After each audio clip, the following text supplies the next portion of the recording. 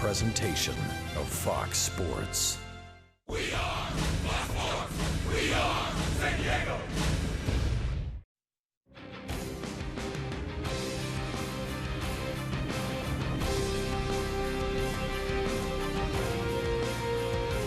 That one's belted, and that one is gone. Jackson loads his third strikeout.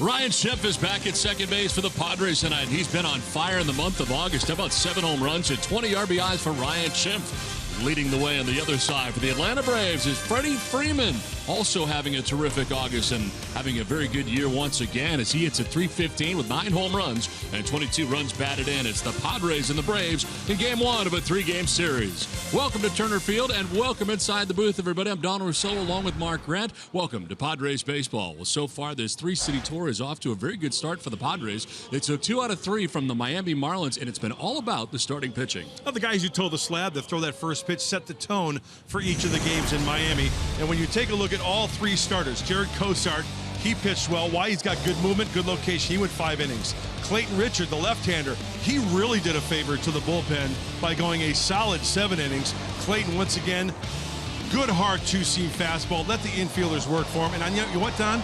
This game turned over to the Luis Perdomo game. He got a chance to scout Clayton Richard against these Miami Marlins hitters. And what did he do? Well, the young right-hander goes 9 innings, complete game. What did he have working? The double play ball. The infielders were working for him. So after all is said and done, 70% ground ball rate. What's that mean? The strikeouts were down, only 9? But I tell you what, they're pounding the zone movement. They can't square it up. Hence the ground ball and the double plays for the starting rotation. Well, tonight we're going to see the former Padre, now an Atlanta Brave for the first time, Matt Kemp. Well, this guy, Matt Kemp, we all know is a San Diego Padre. One thing he has done, he has lengthened the lineup, 3-4-5 for the Braves. In 26 games, 245 average. And the Braves as a whole, before Kemp, only 3.4 runs per game. After Matt Kemp, 4.8, almost 5. For Matt Kemp, you know, this might be the last chance to really make a difference as far as being a big leaguer, to make a difference in a ball club like the Atlanta Braves. He's lengthened the lineup, and with him in left field, Inciarte covers a lot of ground, so you really don't have to worry about him covering a lot of ground in left field for Matt Kemp. We talked a lot about the starting pitching. Well, they've been very good and going deep into games. That means the bullpen has been rested for the most part. Julie Alexandria will join us. We'll talk about it when we come back right after this.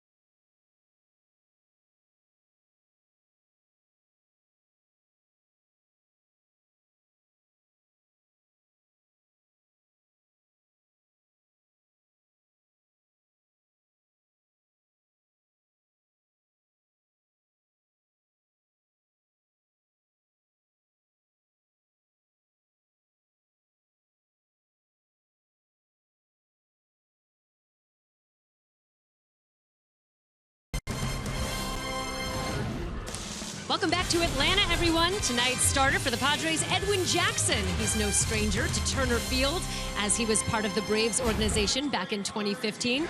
So let's take a look at some of the storylines going into Game 1, Padres versus Braves. Let's get it kicked off here, as the Braves getting a good look at their shortstop of the future. Rookie shortstop Dansby Swanson, the local boy from Kennesaw, Georgia. He was drafted first round by the Diamondbacks in 2015 and then traded to the Braves in the offseason. And here, keeping it up the middle, Ryan Schimpf having quite the road trip so far in Miami. And the bullpen, well, they are certainly well rested, as they have effectively had 3 days off in the span of 5 days, if you count Luis Perdomo's complete game that he was able to toss on Sunday, then an off day here in Atlanta on Monday. These guys have all the rest they could need. Coming up, the Padres taking on the Braves. Game 1, Brews the Braves, coming up.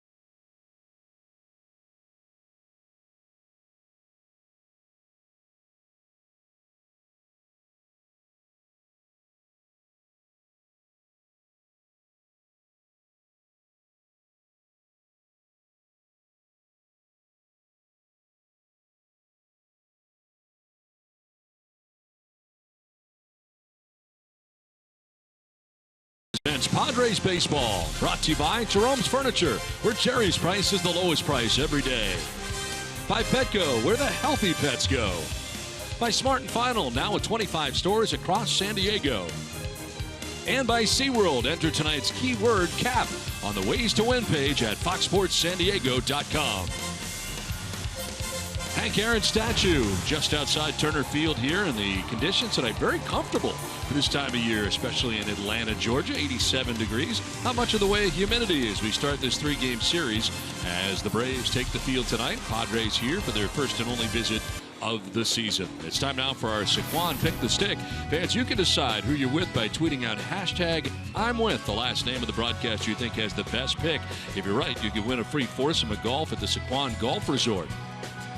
Looking at it tonight, Mark Grant's going with Alex Dickerson, and Mark Grant right on the move right now, I would say, huh? You think? The two-time champion is on his way back up. You're in it. You're in the mix. It's not how you start, it's how you finish. That's right. I am certainly it's not quite in a race. But I'm not in it at all. In fact, I can't even get to 200 at the moment. I would like to congratulate Mark Sweeney on a fine season and congratulate him on the Gnome Trophy. You think it's already wrapped up? Yeah, I think he's going to win it. 31 games remaining. He's going to win it. Okay. Let's check out the Padres starting nine. It's brought to you by Toyota. And it's Travis Jankowski leading it off tonight. He'll be in center field. Will Myers bats second at first base with Yangervis Solarte at third base. Alex Dickerson in left field with Ryan Schimpf at second base. Oswaldo Arcia getting another start for the Padres in right field. He bats sixth with Christian Bethancourt doing the catching, the former Atlanta Brave. And Luis Sardinez at shortstop bats out of the 8th spot. Edwin Jackson, the number 9 man and the pitcher for the Padres. Umpiring crew tonight, Eric Cooper has got the plate in this game, calling the balls and strikes with Jim Wolf at first base, Adrian Johnson at second base, and it'll be Chris Siegel at third. On the mound, Julio Teheran. Yeah, the 25-year-old right-hander making his 24th start, his third since coming off the DL. Fastball, slider, changeup. His slider's a pretty good secondary pitch. He's lost velocity, though. Not the 93, 94 we used to see. Somewhat around 90, maybe 91 for Teheran. His 24th start of the year for the right-hander for the Braves. As we check out the Braves defensively, Matt Kemp is in left field with Ender Enciarte in center. Nick Markakis around in right. Third to first, it's Adonis Garcia. Dansby Swanson, who's been a nice story so far in his major league debut. Jace Peterson at second base, Freddie Freeman at first, and Tyler Flowers doing the catching for Julio Teheran. Well, Travis Jankowski stepping in, and of course the Padres seeing their old friend Matt Kemp now in a Braves uniform, and he has added some protection, no doubt, in the lineup for guys like Freddie Freeman and Nick Markakis. He bats in between them, and certainly he's made a big difference here with the Atlanta Braves. As about to stand in, Travis Jankowski has been leading off on a daily basis and does so again tonight. Some last rays of sunshine can be seen behind the mound and in right field, but the rest of the field in shadows. First pitch of the ball game in there for strike one, and we're underway.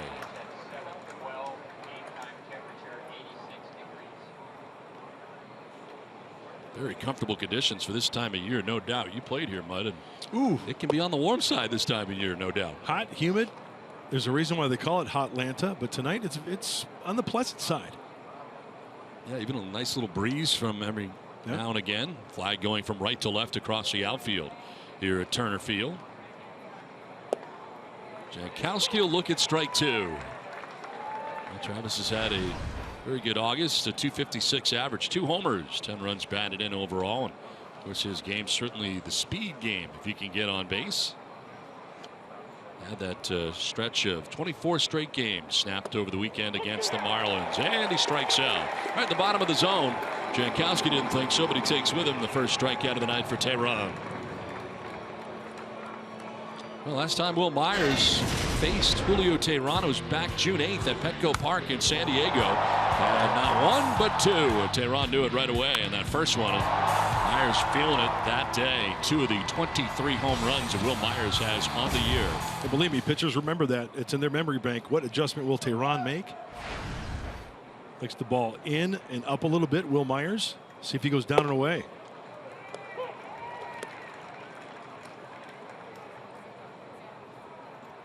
Well, Myers been stealing bases this year as well. Just picked up his 23rd stolen base of the year on Saturday. And these 23 home runs he has, the most he's ever had in any single season. As he falls behind here, 0-2.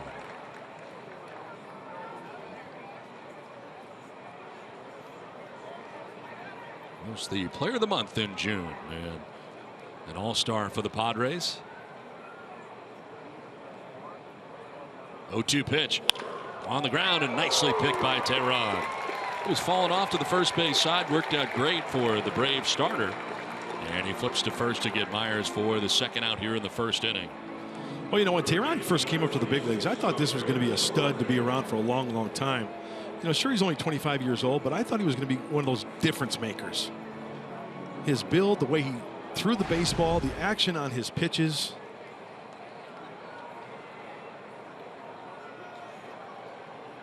.43-39 record, a nice ERA of 3.39. So 2 down here in the first inning. Yangervis Solarte. .271 average coming in for Solarte. 13 home runs and 53 runs batted in. He's in the 3 spot for the Padres. He's got Alex Dickerson waiting on deck. Well, he rolls it over foul to even the count at 1-1. Padres on a 3-city tour. Of course, started in Miami against the Marlins, and they were able to take 2 out of 3 from the Marlins, and now come here to Atlanta for 3 before heading back west to Los Angeles. Take on the Dodgers over the weekend coming up. 2 night games and a day game here in Atlanta in this 3-game series. And it's 1-2. Talk about this year, Tehran and his pitch selection. You know, the slider's a really good pitch for him, and the numbers are proof of that. Opponents only hitting 179 off that slider. You know, 258 on the fastball. He's really got to locate it, especially with the velocity being down. And the curveball is somewhat of a show-me pitch, but still only 174 average for the opponents. Swing and a miss for Solarte. Fastball at 92 by him. Second strikeout for Tehran. Braves are coming up.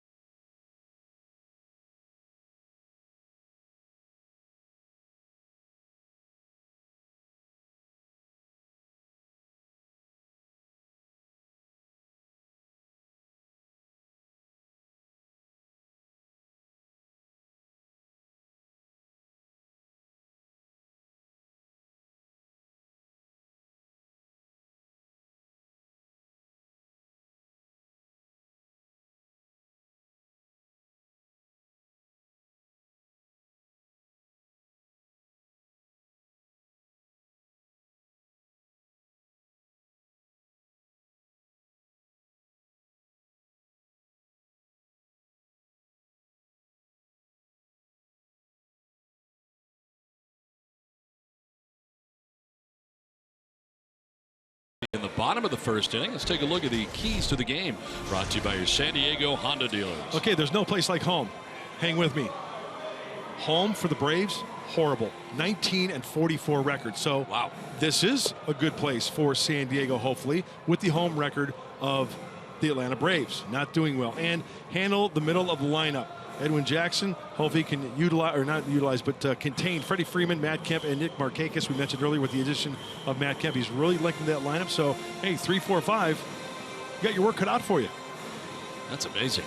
19-44. The record, as you mentioned, at home. No team has fewer than 20 wins, with the exception of these Atlanta Braves at home. So it has really been a disappointment for them.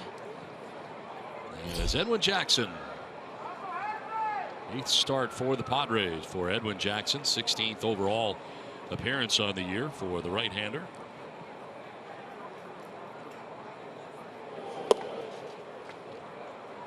And at third base is Solarte, in case Inciarte has any thoughts of bunting.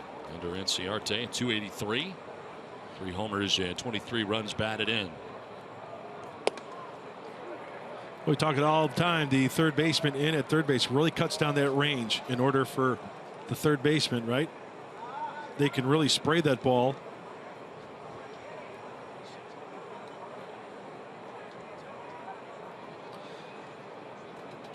Cutting down the range there at third base. Some close pitches, but Jackson not getting a call. It's 3-0. Inciarte, Garcia, and Freeman here in the bottom of the first inning for the Braves.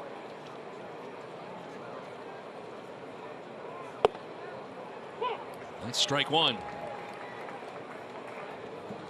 Well, since the All-Star break, Inciarte at 359. Third in that category. Mentioned DJ LeMahieu had taken the lead overall. And a grounder right side. Ryan Schimpf step or two to his left, and that is out number 1 here at the bottom of the first inning. So 1 down, and it brings up Adonis Garcia as we check out the Braves starting 9, brought to you by Hyundai. Just saw Ender Inciarte, Adonis Garcia coming up.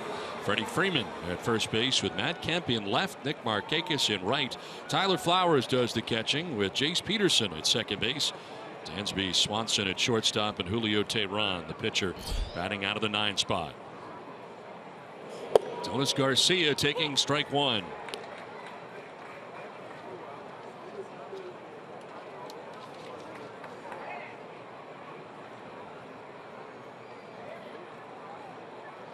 That'll bounce in for ball 1. Padres Scouting Report is brought to you by Anderson Plumbing and Heating. Ejax, they call him. So Brave briefly. Gutsy competitor. I like what I see in this veteran right-hander. He throws everything. Cut it, curveball, changeup, slider. Just try to keep him off balance. But you know what? The velocity is still there. 95, 96 on the heater. To right field. Arcia coming in will make the catch out there and right. Line drive the other way. Garcia retired, and there are 2 outs here in the first inning. Let's check out the Padres defensively. Brought to you by your San Diego County Ford dealers. Left to right, Alex Dickerson, Travis Jankowski, Oswaldo Arcia, Yangervis Solarte at third, Luis Sardinez at short, Ryan Schimpf at second, Will Myers at first, and Christian Bethancourt doing the catching for Edwin Jackson. Padres shifting on the right side here on Freddie Freeman. Pretty standard practice against this very good hitting first baseman. Look at that shift on the right side for the Padres with Schimpf in short right field, and they bring Solarte to the right side of the infield.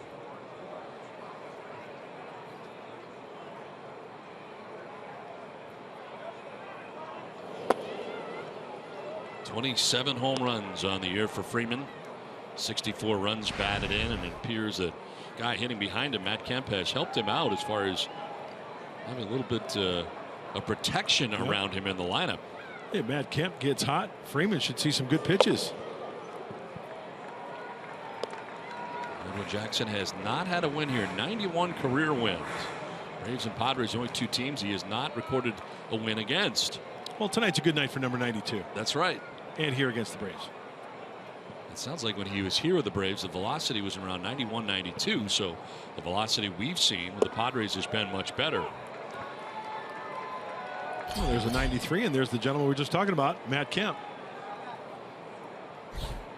Well, Freeman, no pun intended, is a free swinger. He likes to swing that bat, especially 3-1. He'll chase off the plate just a little bit. This one down and in the dirt, and that's ball 4. So first base runner of the game as Matt Kemp will make his way up here. Well, with the Padres, 254 games, a 264 average, 46 home runs with the Padres, 169 runs batted in. And now a member of the Atlanta Braves this year. A total of 23 home runs before he departed. Has had 3 with the Atlanta Braves since joining the Braves, and tonight as Kemp will participate in his 27th game as a member of the Atlanta Braves. And did you see those home runs he hit? We just showed you that. Where were they? They were middle in, right? He likes to turn on those pitches. Well, Matt Kemp, he's got the 9th worst average in Major League Baseball on pitches on the outside part of the plate. His average, 182. We saw him really struggle with sliders during the course of the year. And fastballs. Mark Trumbo is number 1 at 135 with pitches outside. This is driven out towards center field. Jankowski on the move from right center to left center, and he'll get there.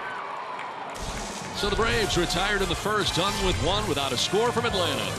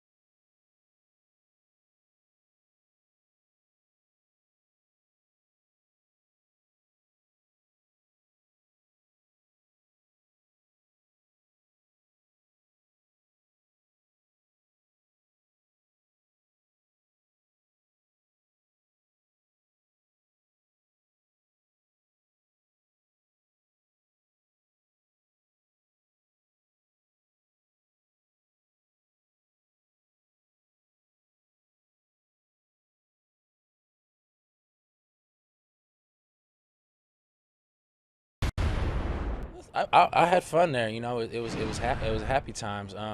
You know, for me, beautiful city. I lived there. You know a lot of people there. You know, developed a lot of good relationships there, and you know, I have nothing but good things to say about San Diego and my time there. Well, Matt Kemp still calls San Diego his off-season home, but, you know, he has made no secret of the fact that growing up as a kid in Oklahoma, he was always a Braves fan. And so for him to be able to play for the franchise has been, as he calls it, a lifelong dream. And the Braves have, on average, scored an extra run and a half since he's been part of the lineup. And we hope that this is a new start for him. But I have to say, guys, in talking to him, he seemed very relaxed and very at home, and he really enjoys the clubhouse. So it's good to catch up with him. All right, Julie, thanks very much, as he has produced well here and his teammates around him and kind of rededicated himself here as he has a new start with the Atlanta Braves. He wants to be a threat in that lineup. The run production has gone up for this club. The lineup has been lengthened, and you know, we knew Matt Kemp as a right fielder, and with the speed and the coverage of Inciarte in center field, you know, kind of cuts it down for Kemp having to worry about that left center field gap. You know, Alex Dickerson, Ryan Schimpf, Arcia scheduled to bat here in the inning as Dickerson fouls it back. 8 homers, 27 runs driven in for Dickerson. 257 average coming in for the kid from Poway.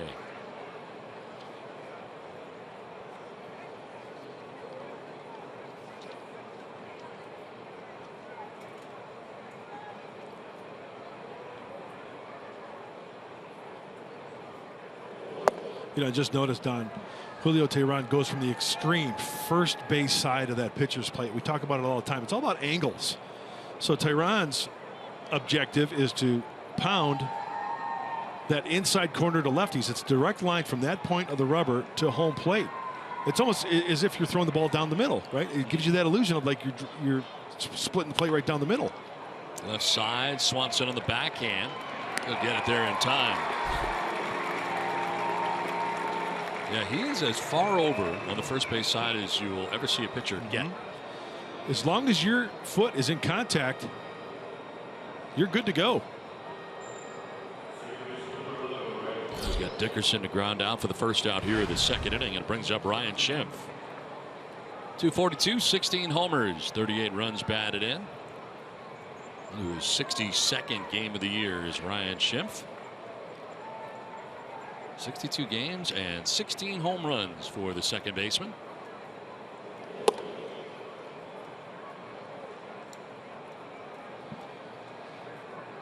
And a solo home run on Saturday night. Had home runs in back-to-back games. That was a game the Padres won 1-0, shutting out the Marlins. He supplied the only run.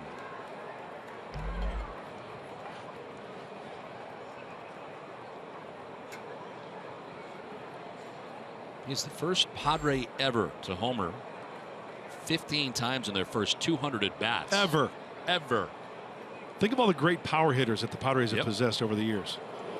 Ryan Schimpf, top of the list. Saw a lot of him in spring training in the infield and the outfield. Not sure we expected this from him during the course of the year, but he has been terrific.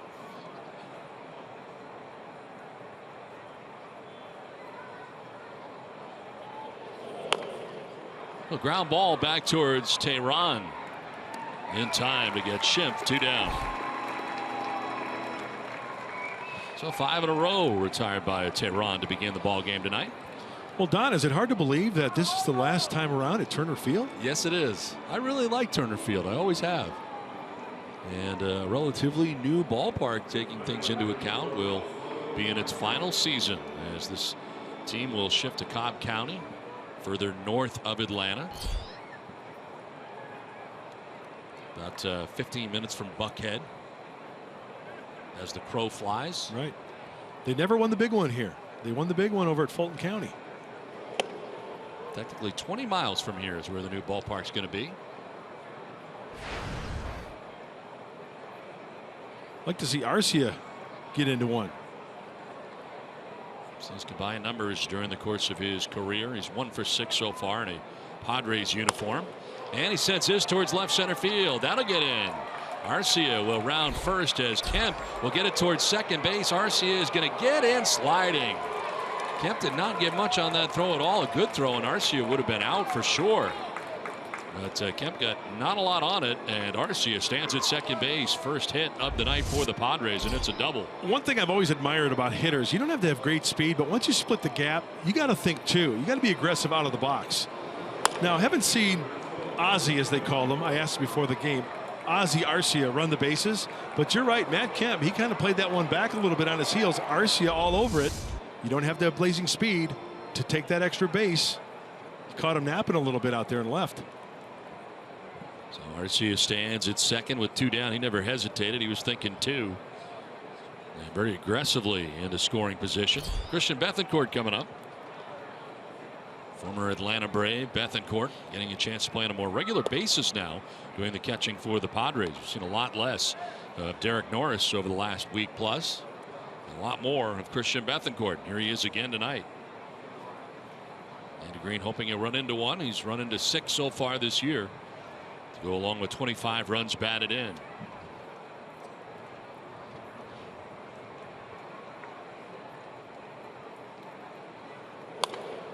Foul back to our right, 1-1.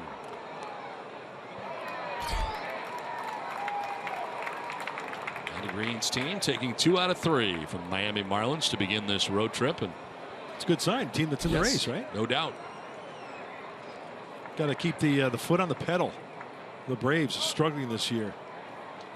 Get to them early and keep the pressure on them.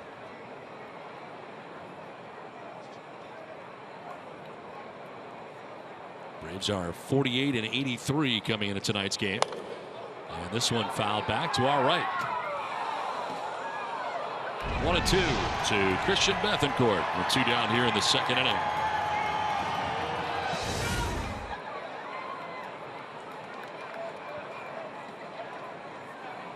So Friar faithful here in Atlanta. It's the state's capital, you know. I know.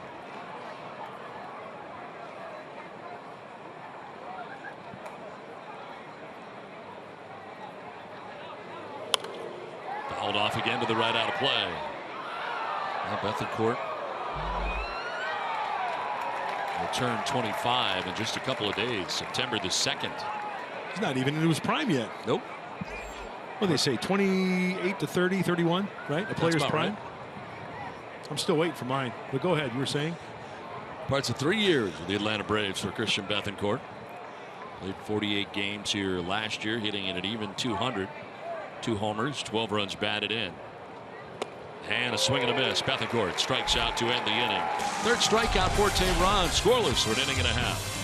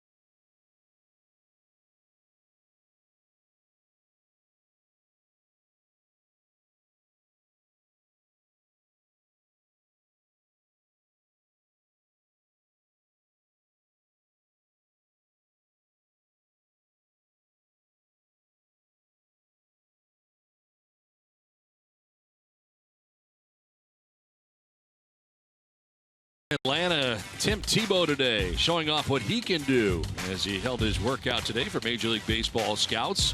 A chance to see what he could do, throw, run, and everything else. He tries to start his career in his late 20s and get to Major League Baseball. The question is, who is going to sign him? Well, today he showed off what he could do. What do you think, Mark Grant? Looks pretty loose, doesn't he? Yeah. Oh, my gosh. He's look how ripped he There's is. no doubt about that. He's chiseled. Oh, Yes, yeah. he is. Show him off. Yeah. You got it. Flaunt it. They're like a superhero. You know what? In all honesty, you know what I would... you know what he should do? If he wants to give this a go, he should go to winter ball.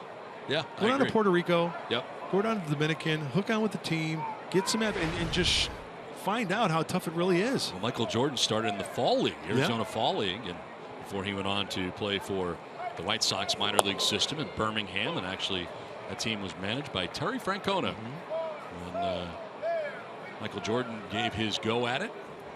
Yeah, even the Fall League would be a good call. Yes. Well, Nick Markakis, Tyler Flowers, Jace Peterson scheduled in the inning. Face Edwin Jackson as Markakis, the longtime Baltimore Oriole, or the Atlanta Braves, and down on the count 1-2. He just looked really stiff to me, Tim Tebow. Not flexible. No.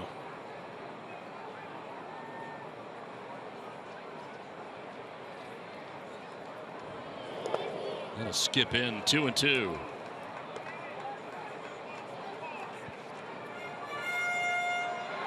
This is year 2 in Atlanta Braves uniform for Nick Markakis. He was born in Woodstock, Georgia. Now here with the Braves, signing as a free agent to a 4-year contract.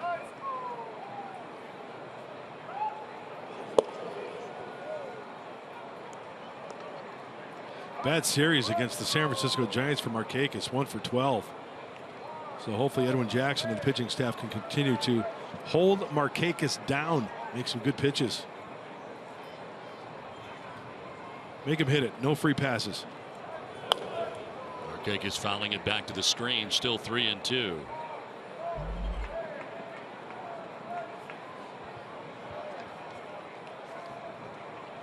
Edwin Jackson got the first 2 out in the first inning. Walked Freddie Freeman before getting Matt Kemp to fly out to center and to end the inning.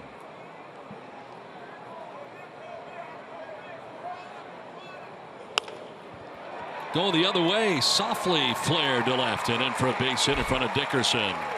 First hit of the night for the Atlanta Braves belongs to Nick Markakis. We're talking about Tim Tebow. We saw him throw. Now we can see him do a little hitting as he put on a display today for several Major League scouts, several Major League teams there to check him out and see who signs him.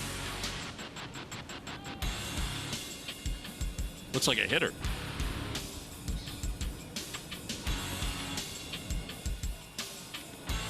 Just looks really stiff. Not flexible. You're not seeing it, huh? Bound up. That's a good thing you weren't there scouting him today. It doesn't look like you would sign him based on what you've said so far. You know, in all fairness, I didn't see Tim Tebow run the bases. I didn't see him consistently throw the baseball. You know, we just saw one hack where he, you know, the old swing and a miss. Let me see one more swing, then I'll give you my evaluation. Okay. There's a swing there by Flowers. On a strike to Flowers with Markakis at first base.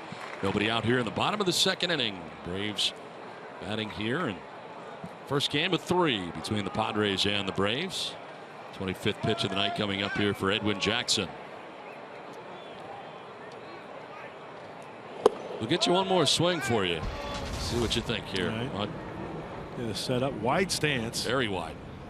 So I'm guessing he doesn't take a stride, just kind of maybe lifts up that front foot a little bit. Hands are back. Okay, hands back. Oh, he was on that though. Strike 2. How is he a 2-strike hitter? Does he just swing? Does he choke up a little bit? Does he go the other way? That's low, and it's 3-1. Padres should have sent you today. Hey, I'm all for a guy chasing his dream. If you're going to go and try to do that, and you're getting the publicity and the recognition, and people are showing up for, hey, good for you. If it happens, it happens. If it doesn't, hey, you took a shot. What did Wayne Gretzky say? You'll miss 100% of the shots you don't take, right? That's right. 3-1 to Flowers, ball 4, and that's the second walk served up tonight by Edwin Jackson. First 2 have reached here for the Braves in the second inning. You know, the walk really wasn't an issue in those games with Miami. If it was, well, these pitchers really did a fine job of getting a ground ball and getting a double play. Perdomo walked a few leadoff hitters, but quickly erased him with those double plays. So 2 on, nobody out, and Jace Peterson coming up. Got a game break coming up. Marlins at Mets from Citi Field. Edwin Jackson has been falling behind the last 4 hitters, 1-0, and walking 2 of them.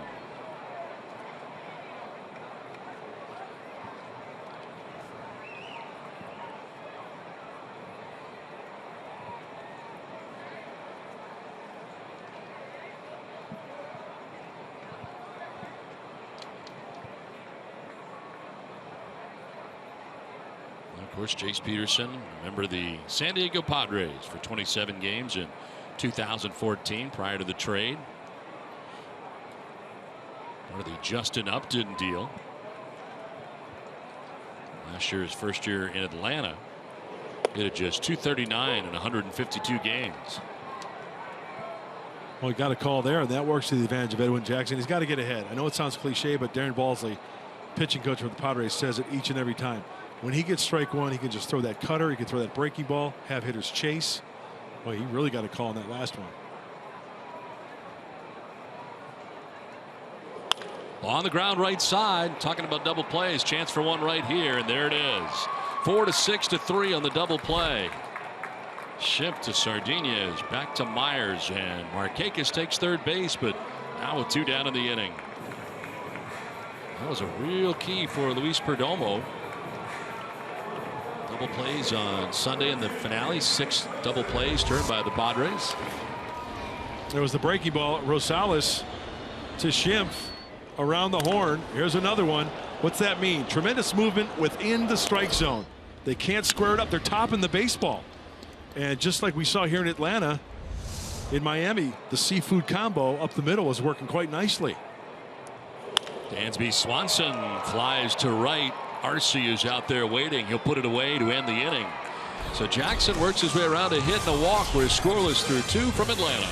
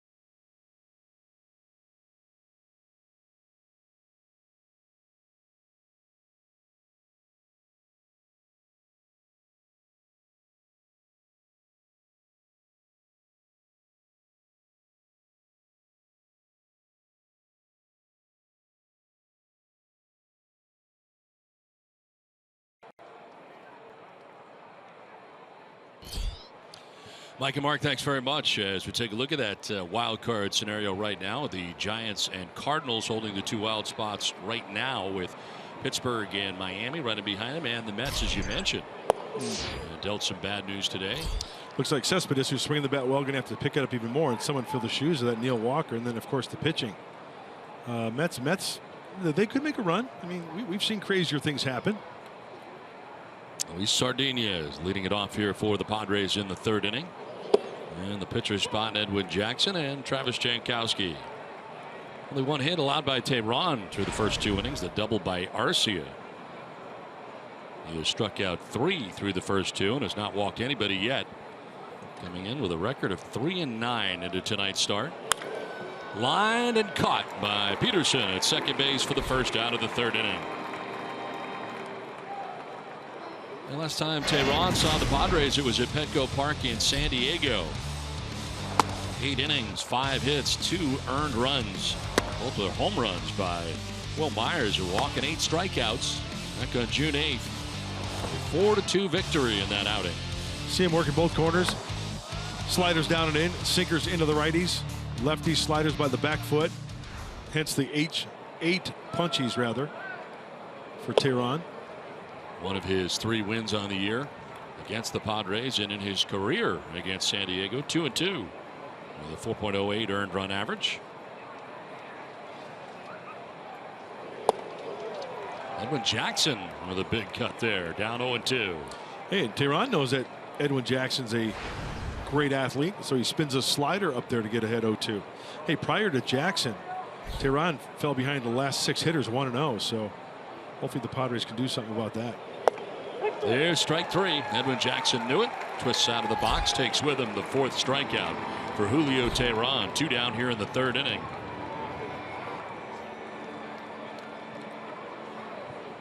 So back up top now for Travis Jankowski. A little professional courtesy by Jankowski, with Edwin Jackson striking out, headed back towards the dugout. Jankowski took a little extra time to get to the home plate area to give his pitcher some time to collect himself.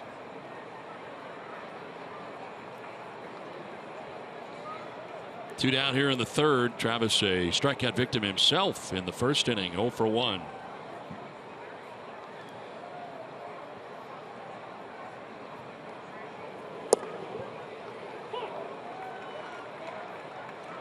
I think a big key for Travis Jankowski, avoid 2 strikes, as you say, most hits by rookies in August. He's got 30. He's up there with some great company, good players. When Travis has 2 strikes on him, his average dips to 121. Up the middle and into center field. Trying the behind the back snag was Tehran, but it's by him and into center, and Jankowski aboard with 2 down in the inning. Second Padres hit of the night. Return to sender. It's a big league knock. I love the ground ball to the center fielder. And Travis Jankowski does just that. Avoids 2 strikes in the hole 0-1 and singles to center. So 2 down, and here's Will Myers. Mentioned last time Will came up that he had the 2 home runs in that last game against Tehran. First time up tonight, he grounded back to Tehran in the 1st inning.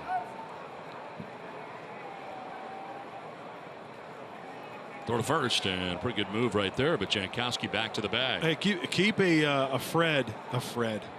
Keep a Fred. Yeah, we got Freddie and Freddie. Gosh, keep an eye on the move of Tehran. He uses a balk move. I'm surprised he doesn't get banged on it more. That front knee has a tendency to buckle before he throws to first base. Flowers couldn't find it right away. Down by the shoe tops, collects it, and no advance for Jankowski at first base. 28 thefts on the year. 4th in the National League in that category. Billy Hamilton with 54, setting the pace in the National League.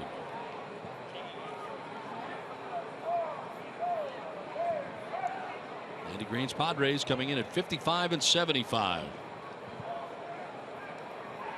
25 and 41 away from Petco Park on the road this year.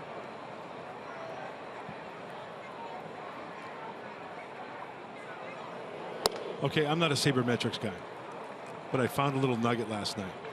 Do you know where the Padres stand above, head and shoulders above everybody else in what category? UBR, ultimate base running. basically measures runs added or lost by a team through non-stolen base running, right? Stolen bases, like first to third, second to home.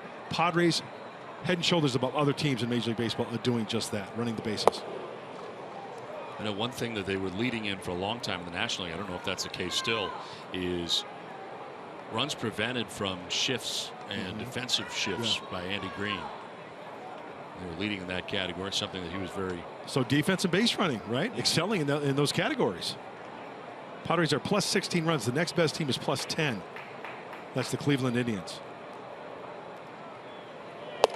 Myers taking on the 3-0, and that's in there for a strike. Tehran, who has 4 strikeouts in the game tonight, had 4 strikeouts in 6 innings pitched in his last game. That was against Arizona, but already 4 tonight through 2 2/3 innings.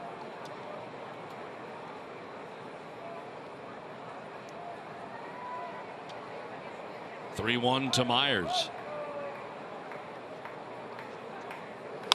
On the ground, well positioned, was Peterson, the second baseman, and he throws out Myers to end the inning. 2.5 done from Turner Field without a score from Atlanta.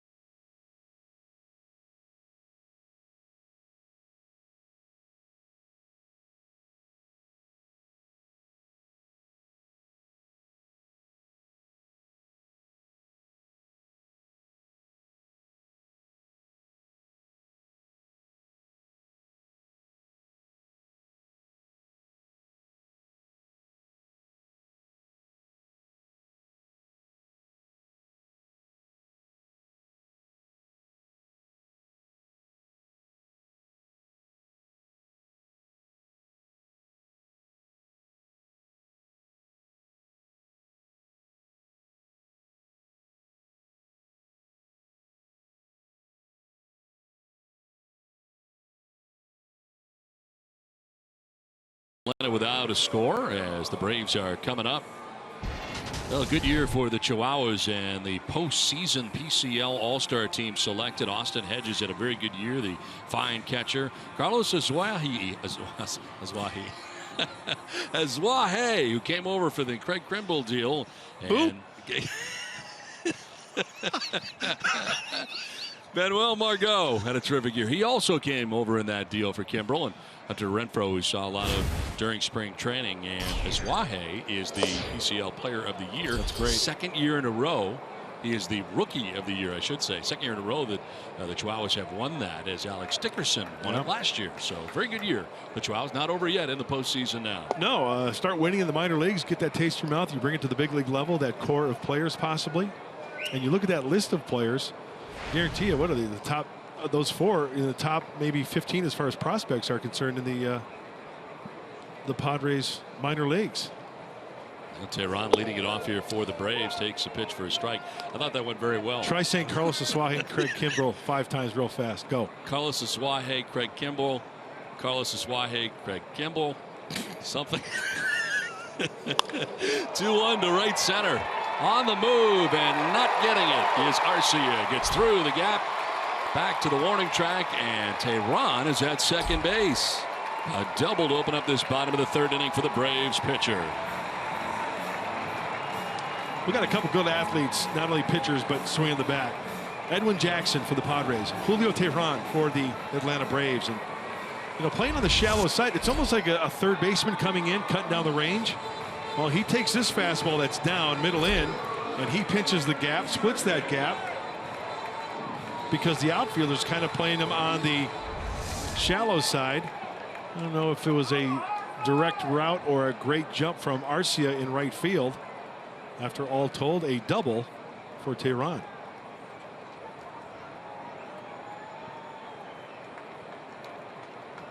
So runner at second, nobody out. Inciarte, the batter. And he goes the other way toward left center field. Now he'll get down. Over to plate is Jankowski. Stopping at third is Tehran, and it's first and third with nobody out for Atlanta.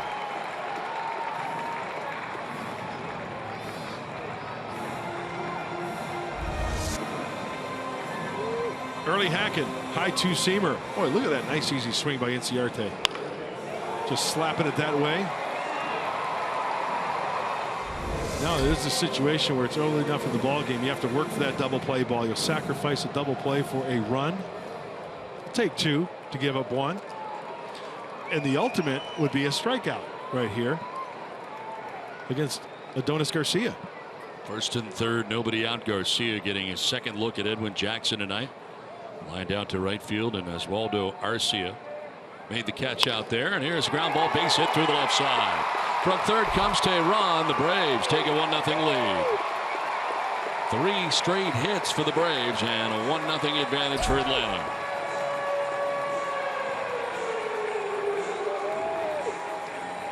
Inciarte first pitch hacking. Garcia first pitch through the 5.5 hole.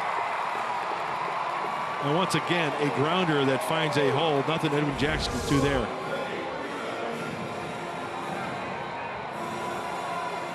First and second, nobody out. 1-0 Braves, and Freddie Freeman coming up. One of 2 walks allowed by Edwin Jackson, Freeman and Flowers. Talk about a guy who loves to swing at the first pitch. It's this guy, Freddie Freeman.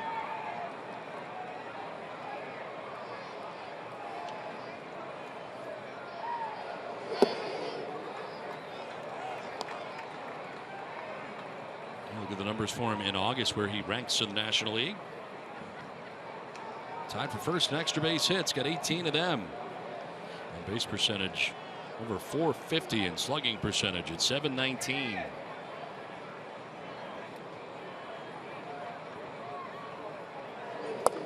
Now this falls under the category of a stressful inning. Nobody outs, already a run home. You've got 3, 4, 5. Freeman, Kemp, Markakis. He's got some work to do.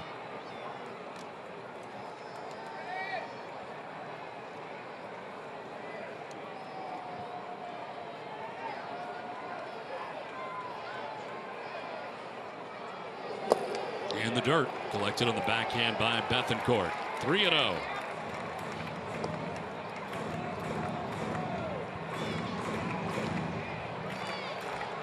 Darren Balsley, the pitching coach for the Padres, keeping a close eye on Edwin Jackson. Maybe he'll pick something up mechanically, or maybe pitch selection. After 2 very good innings, having some trouble here in the third. A lot of contact so far for Atlanta. And this is lined to center. Jankowski coming in, and in center field, can't catch it. Now coming around from second, Inciarte. Throw is well up the line and backed up by the catcher. Bethancourt, run in. Braves take a 2-0 lead. Base hit for Freddie Freeman to center field, brings in another Braves run. Great effort by Travis Jankowski. We know he can go to his right and left, and this is the one. Oh, off the heel. Off the heel of the glove and then off his chest. Oh, that's a very catchable ball. Off his face almost, looks like. And you know, I'll bet you Travis is very, very frustrated, because that's a very catchable ball for him. If it hits the heel, you bet that's a very catchable ball.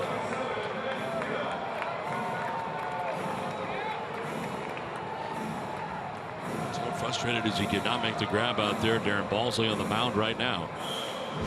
Our Ram Trucks tools of the trade focuses on Matt Kemp. Talk about getting him out. How do you get him out? Well, how about the sliders down and away? Especially with 2 strikes, we've seen him chase out of the zone. And that slider, he wanted it down away, but way out in front of it. Now, there's one little nugget by keeping the ball down and away. Sliders, curveballs, fastballs. Down and away to Matt Kemp. He's only hitting 182. That's the 9th worst in Major League Baseball. So down and away, that area right there is where Edwin Jackson wants to try to get the Atlanta left fielder. Depp swings away at the first pitch. Skies one to shallow right center field. From center comes Jankowski to make the catch in front of Arcia for the first out of the inning. So Kemp 0 for 2. He has flied out on 2 occasions to Travis Jankowski. And that'll take us to Nick Markakis with one down here in the 3rd inning. Markakis single to left field in the 2nd inning. 1 for 1 on the night.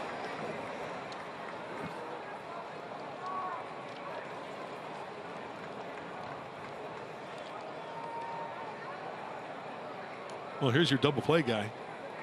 Markakis has grounded into 14 double plays this year. He leads in that category for the Braves. He's been hitting for more power lately. 7 home runs in the last 46 games. After he had just 2 home runs through the first 83 games of the year. 306 with runners in scoring position. Good numbers against Edwin Jackson over the course of his career.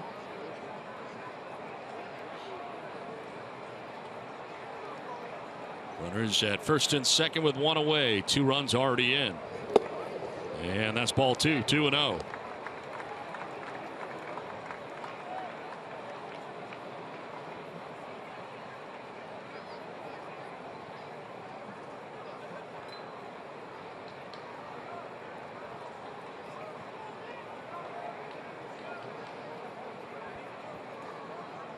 Seems like Edwin just isn't really dialed in yet to that one pitch, right, that he can go to and make a difference on that bat. That one runs away from him. 3-0. Inconsistent with the release point, and sometimes it's like that out on the hill. You got to make that one little pitch to make it click, to make it happen. Maybe it's a changeup, maybe it's a slider. The last 3 outings for Edwin. 7, 4, and 5 as far as the frames, and more hits than innings pitched.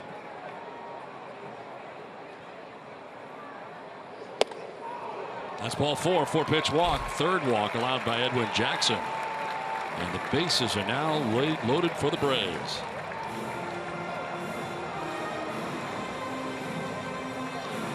Garcia at 3rd. Freeman at 2nd. Markakis at 1st. And on the phone there was Darren Balsley, stirring in the Padres pen. As a pitcher, you got to convince yourself, hey, I'm 1 pitch getting out of this mess.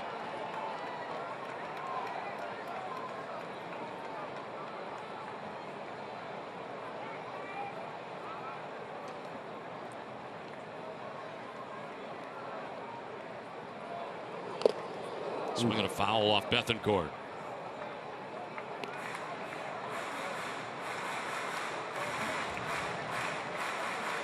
Garcia at 3rd, Freeman at 2nd, Markakis at 1st. Bases filled with Braves. We had 1 down here in the bottom of the 3rd inning, and Atlanta on top now 2-0 with what they have been able to accomplish here so far in the inning. Flowers the 7th member to bat in the inning.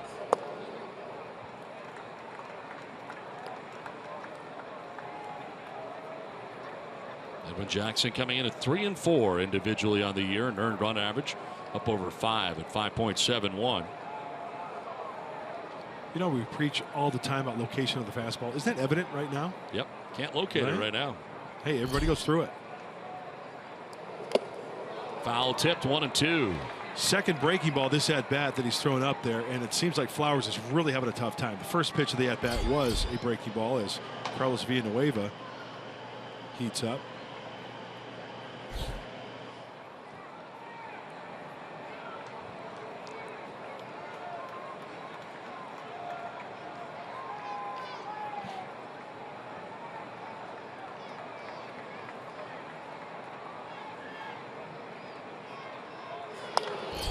Off to the right, still 1-2. Hey, 95 on the heater. The velocity is there. Now you have to just mix in some location. 20th pitch of this inning coming up for Edwin Jackson. It is pitch 50 of his outing. A long, stressful inning for him, and so far has surrendered 2 runs in the inning.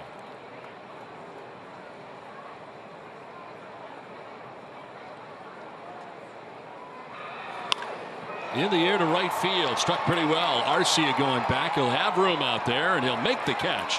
Tagging and scoring at third is Garcia coming in, and to third goes Freddie Freeman, and the Braves take a 3-0 lead. Sac fly for Tyler Flowers. Picks up his 26th RBI, and the Braves lead it 3-0. Well, there's another breaking ball slider up in the zone, enabling Tyler Flowers to just work underneath it. Not put a great swing on it, but elevate it to the outfield for the sac fly.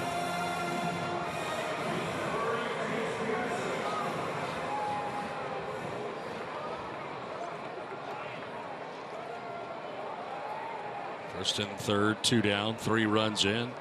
Chase Peterson, the 8th member of the Braves, to bat in the inning.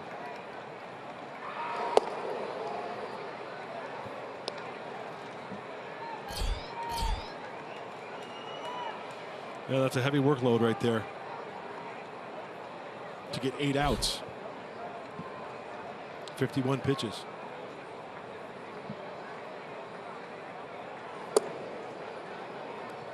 Falls behind 2-0. Close pitch.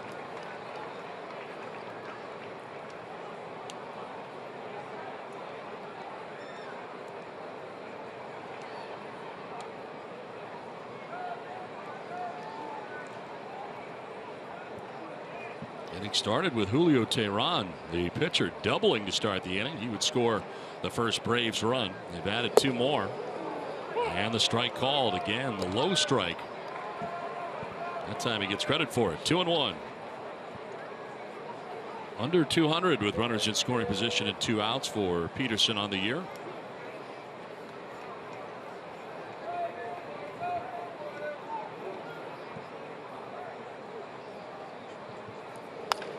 Fouled off down the left field line. 2-2.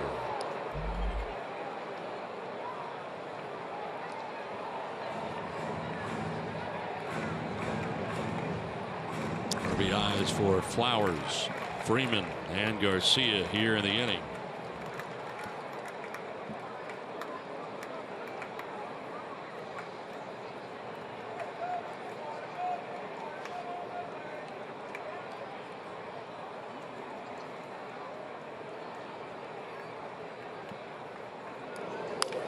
In the air down the left field line, foul that'll reach the seats. Giving chase was Dickerson, but nice grab down there by a fan who brought his glove.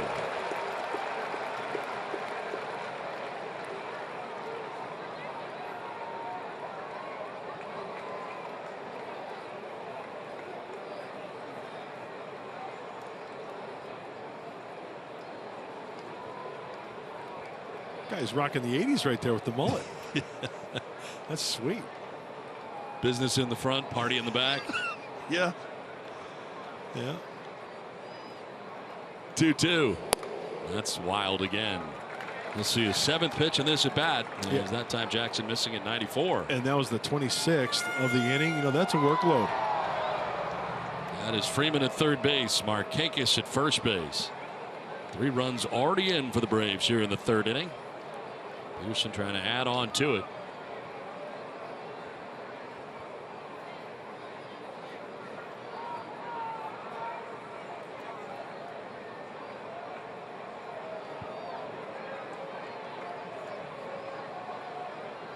Looks like a slider coming right here.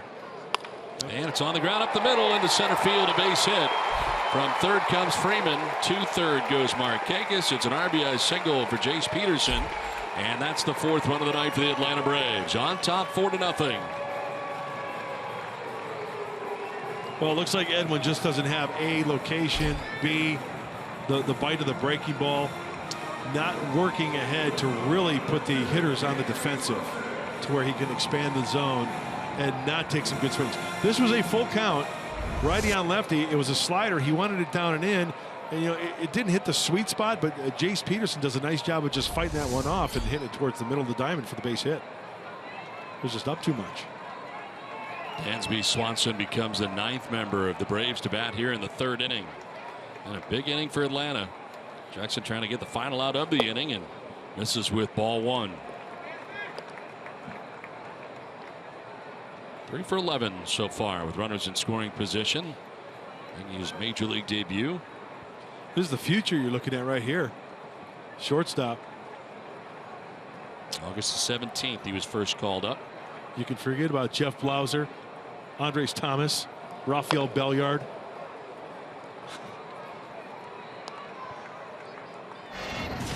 Coming into tonight's action for Swanson, talking about him making his major league debut in 10 games with the Braves. 278 with 10 hits so far. And when he came up, became the first #1 pick to make his major league debut in the season immediately following the year he was drafted. And he was drafted last year, since Steven Strasburg appeared in the major leagues a season later, 2009.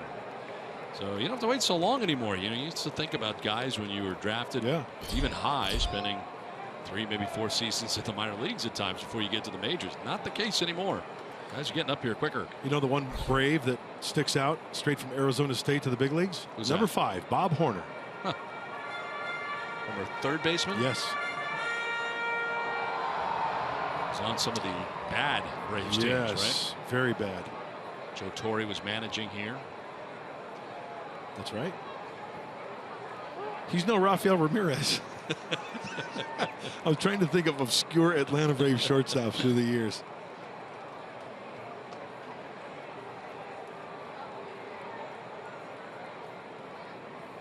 One, two. Runner goes and is fouled off down the right field line, out of play.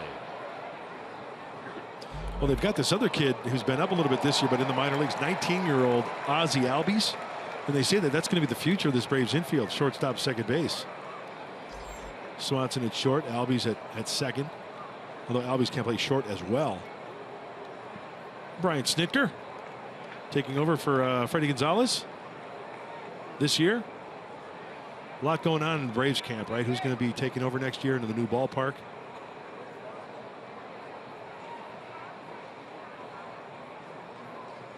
.32nd pitch of the inning coming up here for Edwin Jackson, and it's fouled back to the screen. Still 1-2. Pitch count total up to 62. Tough numbers against the Atlanta Braves during the course of his career. 0-5, 6.00 ERA coming in, and what's happened here so far is not going to help those numbers. You know, there's always that one team or two teams that's your kryptonite, right?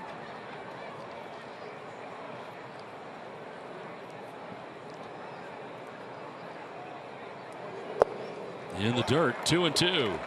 And there's one that always sticks out to me, Tom Glavine, the Hall of Famer. For some reason, he could not win against the Florida/Miami Marlins. Oh. He could not. Can't do it. Is there a team that had your number? Every team. 30. There's good old number 47, the old left-hander.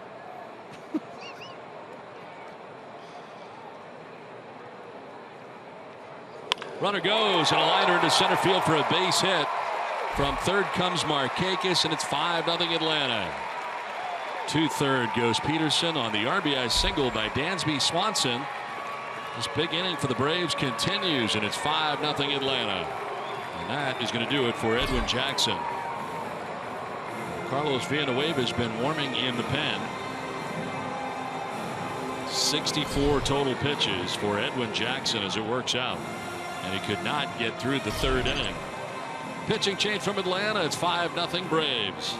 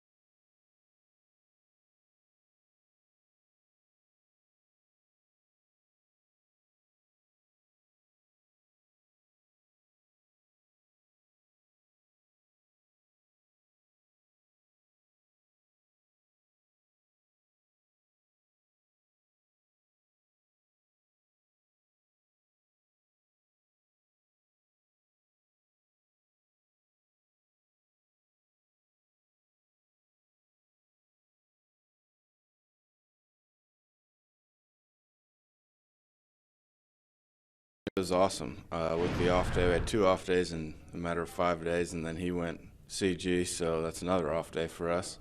It's always good when those starters can get deep into the game. Really help the bullpen out. Well, luckily for the Padres tonight, this bullpen is very well rested, essentially getting 3 off days within a 5-day span if you count the complete game thrown by Luis Perdomo on Sunday, and then, of course, the off day yesterday, Monday, here in Atlanta. Also, in addition to the bullpen, is Christian Friedrich, as his start in the rotation will be skipped this week, and he will be used, as Andy Green says, sparingly out of the pen. And, of course, today marks the return of Brandon Morrow, who is back from paternity leave. All right, Joey, thanks very much. And it looks like they're going to need it tonight. The bullpen that has been rested may not be, as now Villanueva into the game, and a fly ball sky to center field. Jankowski's back there to make the catch, and on one pitch, Villanueva's able to end the inning finally. But a 5-run third inning for the Braves on top 5-0.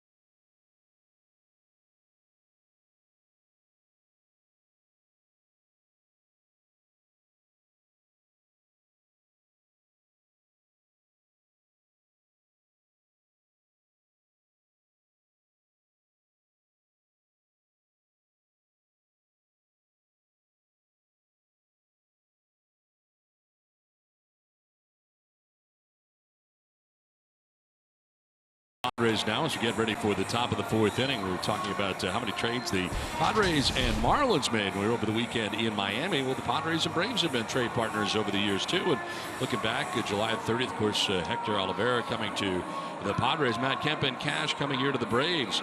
Padres, you got Christian Bethancourt for Casey Kelly, a minor leaguer, in December of last year. And the Padres acquired Craig Kimbrell, Melvin Upton Jr. for Cameron Maybin, Carlos Quentin, Matt Whistler, who we'll see tomorrow, and a compensation pick. And then December of 2014, the Padres acquired Justin Upton, minor leaguer, for Jace Peterson, who's in the game tonight, Malik Smith, and 2 minor leaguers. These 2 have been trade partners recently.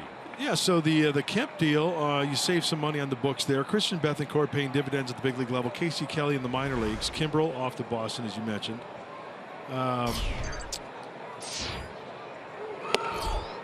So you know what? When you look at it, what would you say that? Even maybe?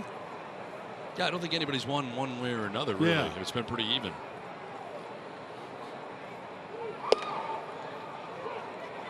Plus, you know, the difference in that deal when you look at what the Padres acquired for Craig Kimbrell.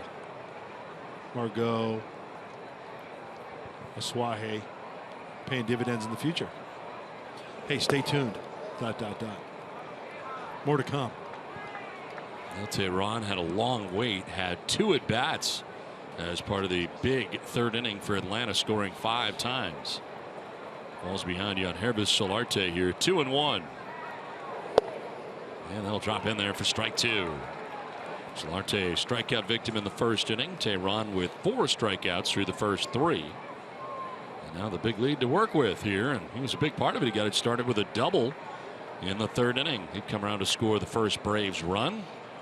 They would tack on 4 more. To right field for Solarte. Markakis going back, still going onto the track. Can't catch it. Clanks off the glove, and he'll run it down back by the wall while Solarte is thinking 3. Headed to third base, and he'll get there standing. Well, Nick Markakis is usually a very sure-handed outfielder. If he can get a glove on it, generally he catches it. This one did get him in the glove, but he could not catch it. It is a triple. I'm wondering if Markakis was feeling that wall out there creeping up on him as he goes back on this. This is not a high fly ball. It's relatively hit on the line. So now Markakis 1 foot on the track, and then he leaps. And as soon as he saw daylight, Solarte turned it on a little bit for the triple. It's a good start to this 4th inning for the Padres, and Alex Dickerson coming up. Grounded out to shortstop in the 2nd inning, 0 for 1. Fouled off to the left out play. That is the 3rd Padres hit of the night. As Solarte joins Jankowski, who had a single to center, and Arcia, who had doubled to left center field.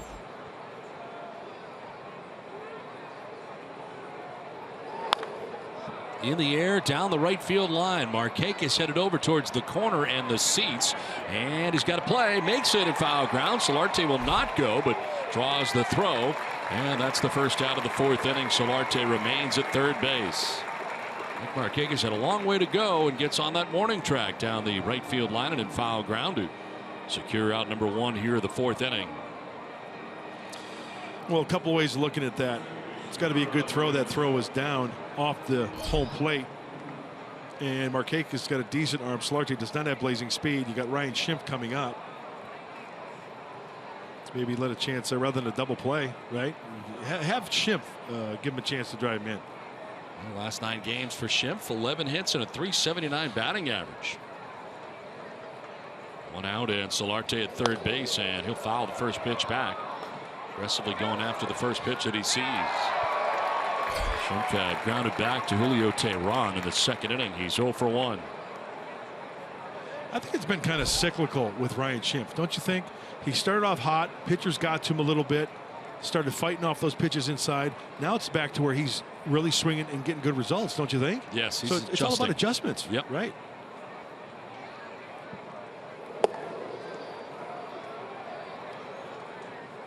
Doesn't take long before they get a book on you in the major league level. Like that. 50th pitch of the game coming up here for Julio Teheran. With 1 out in the 4th inning, trying to work his way around a triple here that began this inning. And a check swing foul has Schimpf down 1-2. Oh, hitters hate that. Didn't mean to swing, but it makes contact. Yep.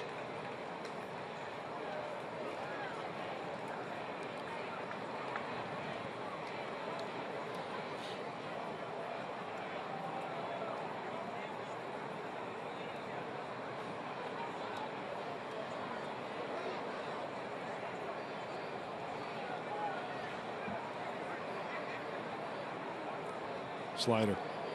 Ooh, fastball. I thought Flowers were set up anticipating that slider back by the back foot of Ryan, but went with the heater.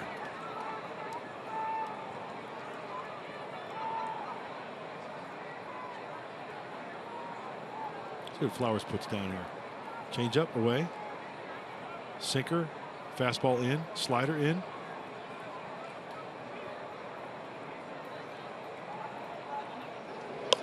And it's fouled off the facing of the Braves dugout, first base way. If you were a hitter, would you want to know what's coming? No. It's interesting, isn't it? Yeah. There's a lot of guys that wouldn't want to know. No.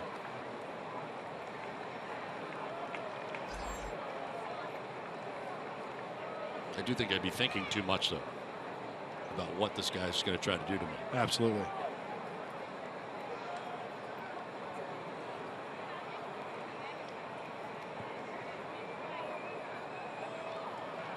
Teheran has slowed it up here with a runner at third, 1 down in the 4th inning. Lowest run support, Teheran mentioned coming in at 3 and 9 individually as his record, not even 3 runs a game. And a fly ball. Shallow center field. The shortstop Swanson out. Enciarte coming in from center. and he'll make the catch. Very shallow center field, no chance. Of course, Solarte does not run terribly well to try it, so now there are 2 outs here in the 4th inning, and Solarte still at third base. Going to bring up Arcia.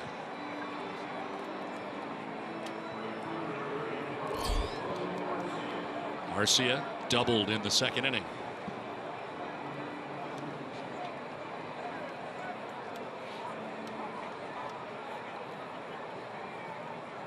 Padres have 3 hits, 2 for extra bases.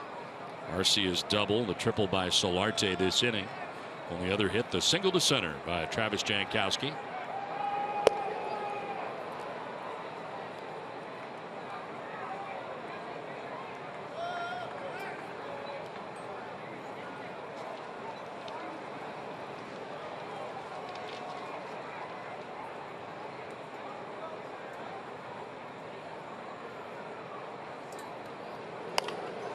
Fouled off to the left out of play, 1-1. When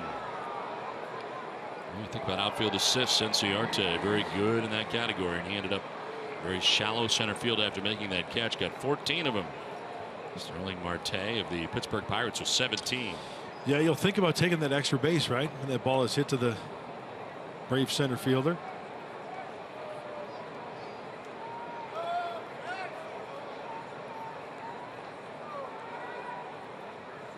One pitch. And a fly ball struck well to right field. Back goes Markakis onto the track at the wall. He leaps and it is gone. Home run. A 2-run shot for Arcia just out of the reach of Markakis in right field. Tried to time his leap. Came close but didn't get it. And the Padres back in the game after a 2-run home run from Arcia.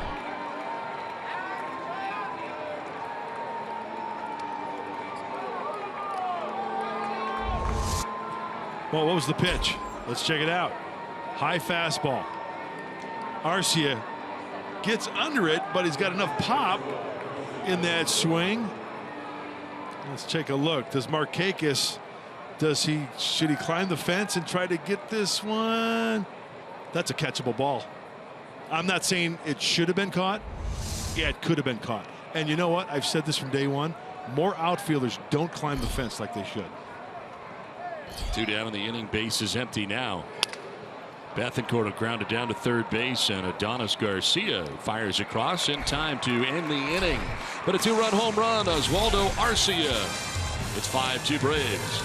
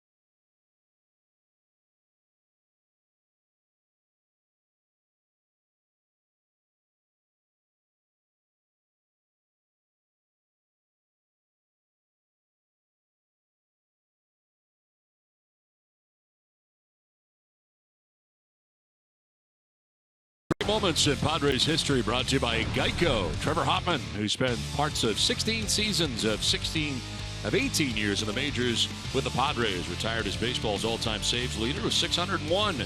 Becomes the 9th person inducted into the Padres Hall of Fame. Now, Bethancourt apparently injured himself here.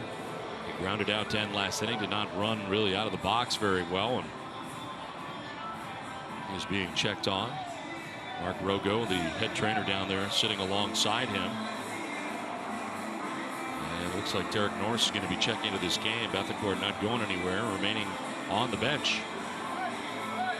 I'll be honest with you, Don. When I just watched the ball off the bat and then the throw, I did not focus on Christian. But I looked down; he was not running very fast out of the box, and not sure if he did something on the swing or getting out of the box. But we're checking on his side. It looked like. We will get a better look at it here.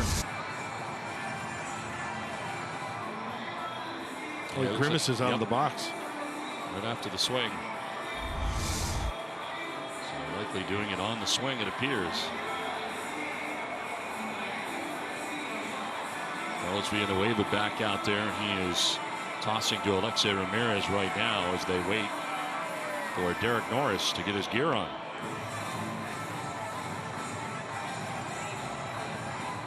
It does appear Christian Bethancourt is a no-go.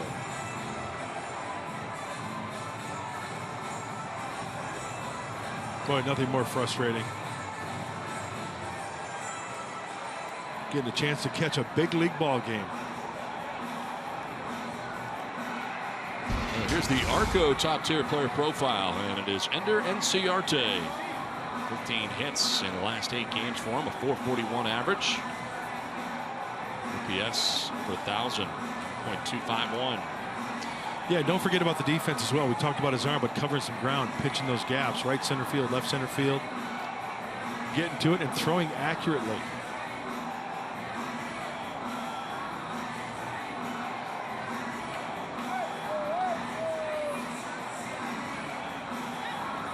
Villanueva just kind of waiting on the mound right now as Inciarte is going to be coming up to lead off this bottom of the 4th inning. And we're just kind of waiting for Derek Norris right now. Bethancourt clearly out of the game.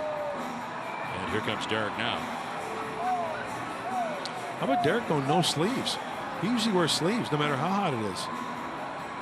Well, he's not anticipating being in this game. Here he is.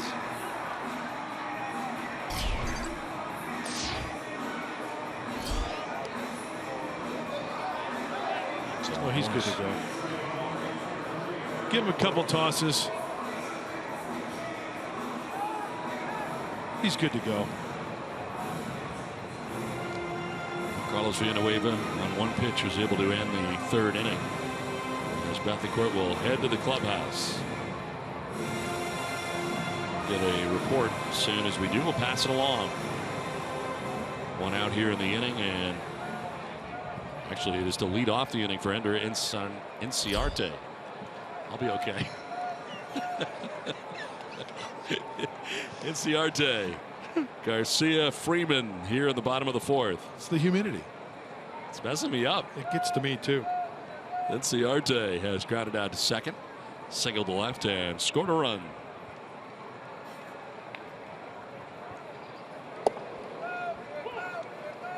And I'm sure some people are probably wondering, hey, for Carlos Villanueva, is this an adjustment? No, you know, he's thrown to Derek Norris many times. Derek Norris knows his stuff. He knows the game plan. Everybody's got to be on the same page with the scouting report, even if you're not in the starting lineup. So he's good to go. Through the one pitch to Bethancourt. Right. Getting out of last inning, getting Tehran to fly out to center field.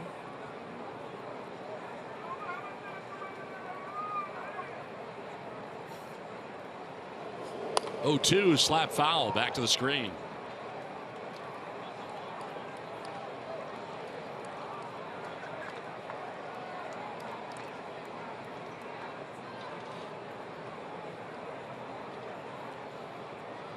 Well, he's got the mustache wax working tonight.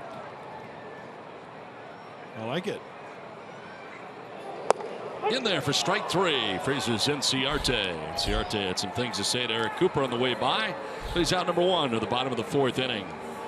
First strikeout for Padres pitching in the game. So 1 down. Adonis Garcia coming up here now for the Braves. 1 for 2 in the game with an RBI.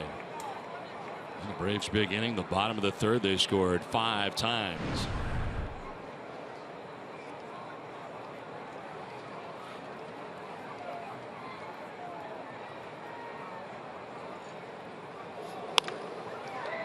One hopper to short, picked by Sardinez. Good throw, and there are 2 outs in the 4th inning.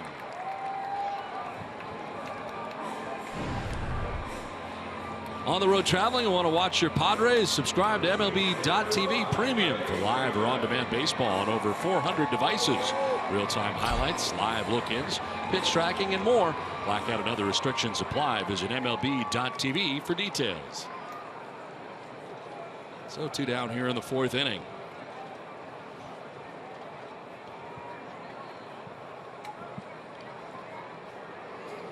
Freddie Freeman will take a pitch high. I don't usually get to read that. I don't know what happened, but I enjoyed it. Did you? Yeah, I liked it.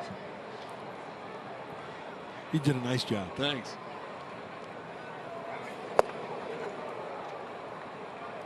Telling me I may get the copyright tonight. Oh, no chance. We're fighting. Freeman has walked and singled, driven in a run, scored a run for the Braves. Hold off 1-2. Edwin Jackson chased from this game after 2 2/3 innings, 7 hits, 5 runs. Walked 3, did not strike anybody out, and on the hook right now for the Padres. Came in individually at 3 and 4 into tonight's game. A tough 3rd inning after a pretty good first 2 innings tonight for Edwin Jackson. And a swing and a miss for Freddie Freeman, who strikes out. Good inning for Villanueva. We head to the 5th with the Braves on top of the Padres 5-2.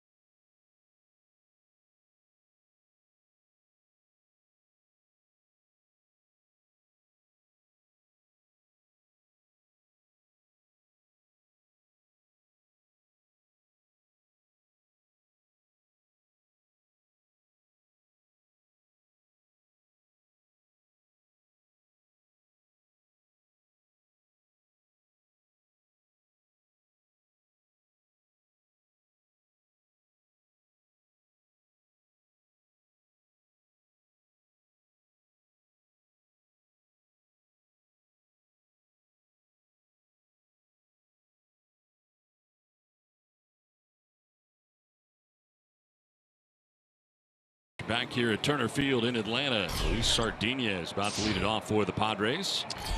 Yeah, Max Scherzer's one of those guys who can pretty much no-hit any team on any given night. Get that feeling anytime he pitches, it could happen. And the Nationals have the Phillies number this year, outscoring them 42-16. Nats have won 12 of their last 14 games in Philadelphia, so all the moons are aligned for something good to happen. Luis Sardinez, the pitcher's spot. And Villanueva is out on the on-deck circle right now, and then top of the order, Travis Jankowski anticipated here in the 5th inning. Sardinez lined out to the second baseman. Jace Peterson back in the 3rd inning, so 0 for 1 in this one.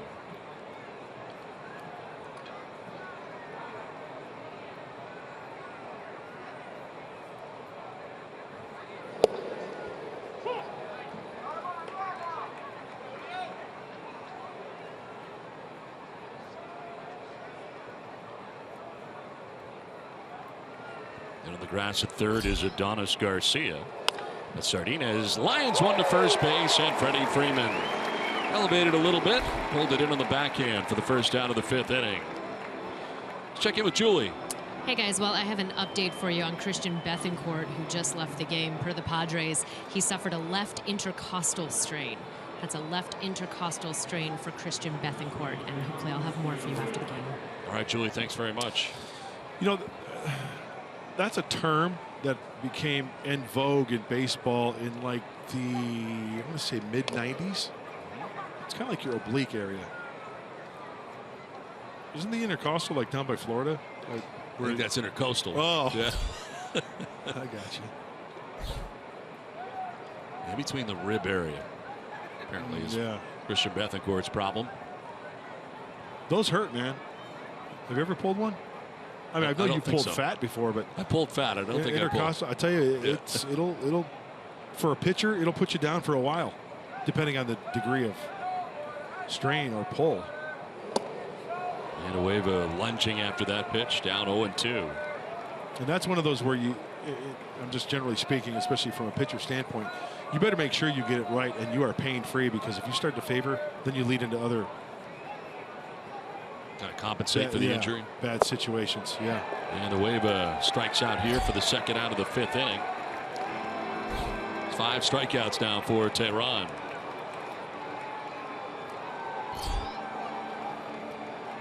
So 2 down, top of the order coming up. And Travis Jankowski. Yeah, with the pitcher hitting right there and the trailing 5-2, you know, Carlos Villanueva give a couple more innings possibly. If he can cruise through 2 more innings, and then his spot come up again. Hopefully it's closer to where he can use a pinch hitter to make a difference. 2 down here in the 5th. And Jankowski will take a pitch inside.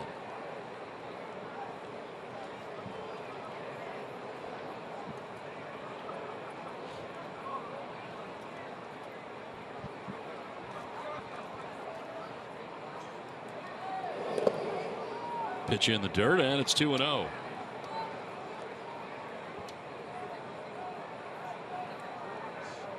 Padres trailing 5-2. Big inning for the Braves. The 3rd inning scored 5 times.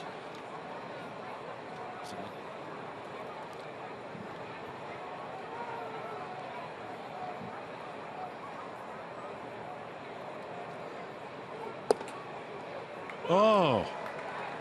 Did you see Flowers? We did there. He brought that one back up. Got himself a strike. Kind of a weird strike zone tonight.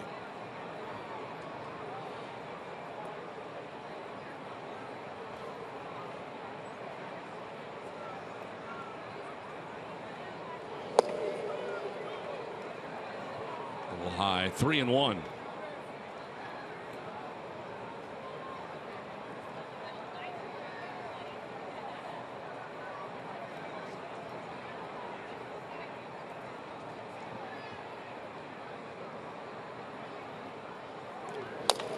On the ground, softly hit, charging in from short is Swanson. His throw is not going to be in time. Jankowski beats it out. Too much speed. Not hit hard, and Swanson with a pretty good bid, but Jankowski beats it out for his 2nd hit of the night.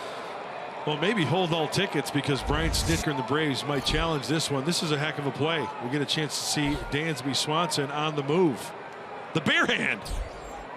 That's very close. Very close. We got speed in Jankowski. We got the bare hand grab from the great athlete Swanson, and that's close, yo. What do you got? I think you beat it. Well, do not appear to be challenging, so Jankowski on here with 2 outs in the inning. Brings up Will Myers, 0 for 2 in the game. Will has grounded out twice.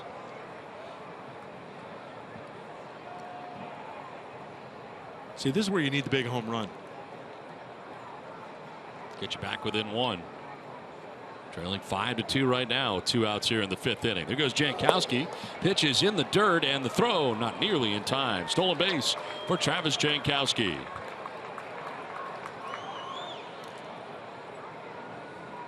You know what I'm going to mark in my scorebook on that one?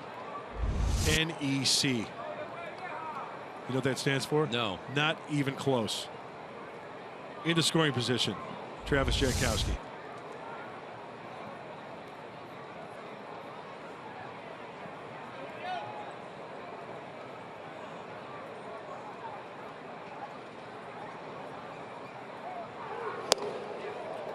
Off balance cut right there for Myers. That's that slider that Tehran possesses. In crunch time, he'll throw that. Behind in the count 1-0 to even at 1-1.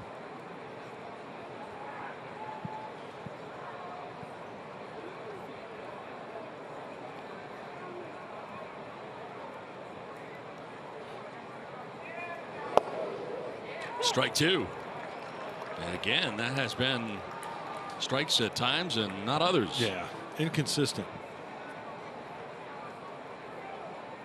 Eric Cooper has the plate tonight, calling the balls and strikes for the umpires. I love the overhead shot.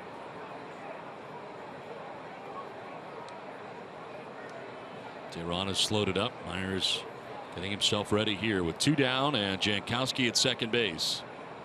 Will down 1-2. Trying to go down and away to him.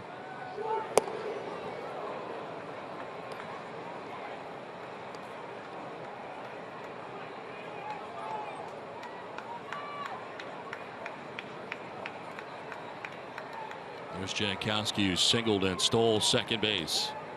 There with 2 outs here in the top of the 5th inning.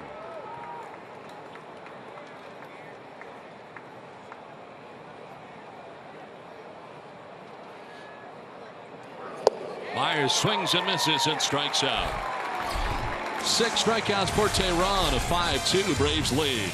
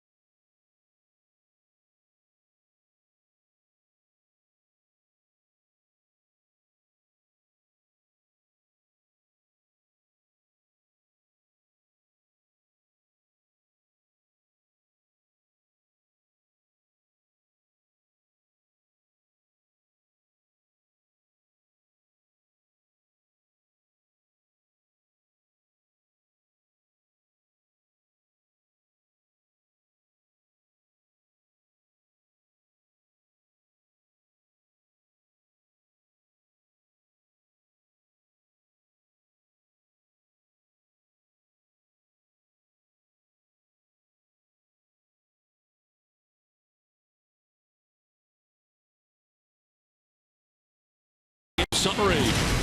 Back in the 3rd inning, the big inning for the Braves. They score 5 times. Game summary brought to you by Harris. And Tehran would score. Ciarte, Garcia driving in a run. Center field, Jankowski tried to make the diving catch, could not. That would score Ciarte with a 2nd run. And it was Tyler Flowers and a sac fly. That would score Garcia. And Swanson up the middle into center field. Part of a 5-run 3rd inning for Atlanta. Padres get 2 back in the 4th inning. But that big inning for the Braves chased Edwin Jackson from the game after just 2 2/3 innings. Carlos Villanueva has retired all 4 Braves he has faced since coming into the game. And dealing with Matt Kemp to begin things here in the bottom of the 5th. Kemp 0 for 2 has flied out twice to his former teammate. And center field, Travis Jankowski.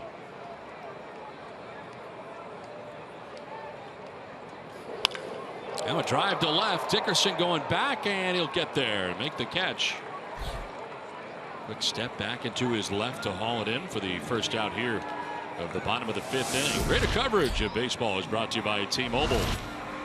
Jay Happ trails the Orioles 3-1 in the 7th inning, seeking his 18th win of the year in that big American League East matchup, the Blue Jays and the Orioles. Kyle Hendricks Leads the Pirates 3-0 in the third. Enters the game with Major League leading 2.19 ERA. And Max Scherzer leading the Phillies 3-0 in the sixth. Freddie Galvis double broke up the no-hit bid for Max Scherzer. 5 in a row. Retired now by Villanueva with one down in the fifth inning. Nick Markakis has been aboard twice tonight. Single to left and a walk. All of that was against Edwin Jackson.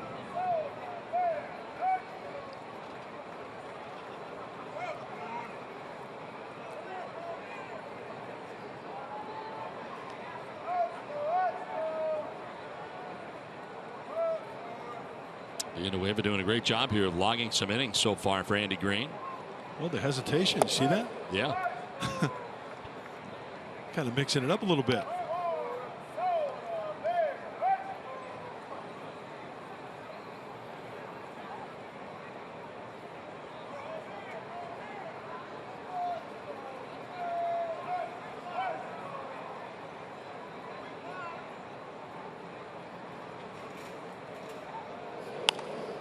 Popped up. Down from third comes Solarte. Norris headed over. It'll be Solarte, and he'll make the catch. With the second out of the inning, Markakis fouling out to the Padres third baseman. It seems like Carlos Villanueva is hitting his spots. He jammed Markakis on that fastball. Got him to pop up. This copyrighted telecast is presented by the authority of the San Diego Padres that may not be reproduced or retransmitted in any form, and the accounts and descriptions of this game may not be disseminated without the express written consent of Baba Booey and the San Diego Padres. This copyrighted telecast presented by authority of the San Diego Padres may not be reproduced or retransmitted in any form. The accounts and descriptions of this game may not be disseminated without the express written consent of the San Diego Padres. Yeah, you need a copy on that. And this one is line foul outside of third. So for some, anybody can read it if they got the copy in their hands. For some really disgusting reason, you decided to take your shoes off tonight in the booth. I don't know why. What? It smells really bad. Just airing out the dogs a little bit. It doesn't smell that. It smells. No, it doesn't. It smells like garbage. No, it doesn't. That's what it reminds me of. No, it doesn't. You know, one pitch is outside. It's really bad. No, it doesn't. We've worked together now. How many games? This is game number 131 of which I'll be done what, 50, something like that. And tonight you decide to take your shoes off in Atlanta, Georgia. It's nice and smells so bad. It's not that bad. It's really bad. Most of the crew up here in the booth has talked about it without you knowing. 2-1 the count. What's wrong with going barefoot? It smells like garbage. Bad garbage. 2-1. It is outside and low. Flowers a walk in the second, a sac fly in the third.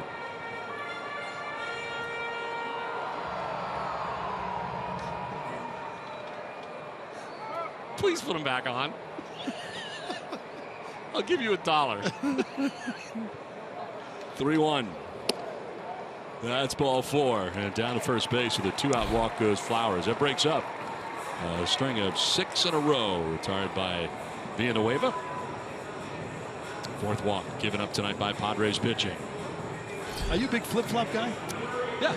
How come you never complain like when I wear flip-flops around when you like hang out after the game or before the game or during the day? They don't seem to smell like garbage. It's not enclosed, and we're not trapped in a booth together either. When you wear flip-flops, you're usually walking outside or the beach, and the air, goes away. But here, you've worn these shoes for a really long time. This one is up the middle into center field, and Peterson has got himself a base hit, his second hit of the night. 2 on with 2 down here in the fifth inning. He's done a nice job of going up the center of the diamond, both sides of second base for Jace Peterson. Second at bat, singling to the second base side, and that time to the shortstop side. So utilizing the big part of the diamond. Braves 4 for 9 with runners in scoring position in the contest, and Dansby Swanson will have a chance here. Slide to right, single to center to drive in a run.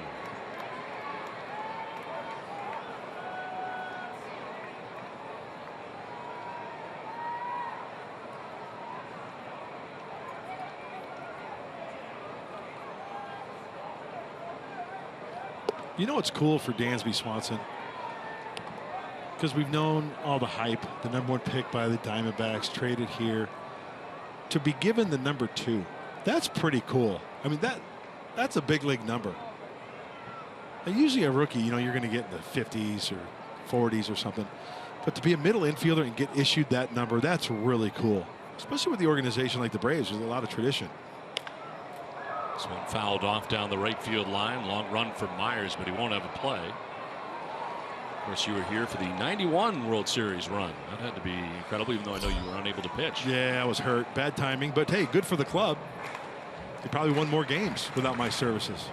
But it was fun to watch, fun to be around. Lucky to be a part of it. Here's TP, most valuable player in 1991. Won the batting title and can play one heck of a third base, the switch hitting third baseman.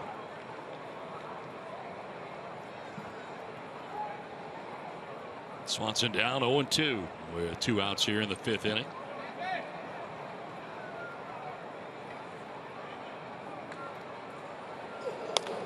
You talk about a leader in the clubhouse, Terry Pendleton. When TP spoke, and we had some good leaders on that team. Sid Bream, Terry Pendleton, Charlie Leibrandt from the pitching staff. He was, you know, he had been around for a while. That was a good team. David Justice was into his 2nd year after winning Rookie of the Year in 1990. It's John Scherholz. Yep. That's when it all started. That run of 14 years. And of course, Bobby Cox at the helm. Yep. Remember, Russ Nixon was the manager in 1990. He got fired. Bobby came down to the field as general manager / manager. And then the next spring, John Scherholz took over as general manager. And I remember that meeting in West Palm Beach in the clubhouse. He had his Kansas City Royals ring on from '85. And he says, gentlemen, there's no doubt about it, we're going to win this year. I was like, whoa, it's quite a statement. We're the worst team in baseball last year. But they made acquisitions of Otis Nixon, Sid Bream, Terry Pendleton. Steve Avery was a rookie, was lights out. Smoltz came into his own. Glavine. Greg Olson, catcher, had a great year as well.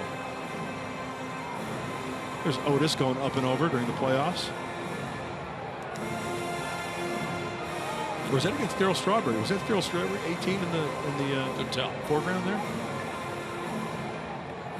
What was it like playing for Bobby Great. Cox? He was great. No favorites. Very humble guy. Just get it done.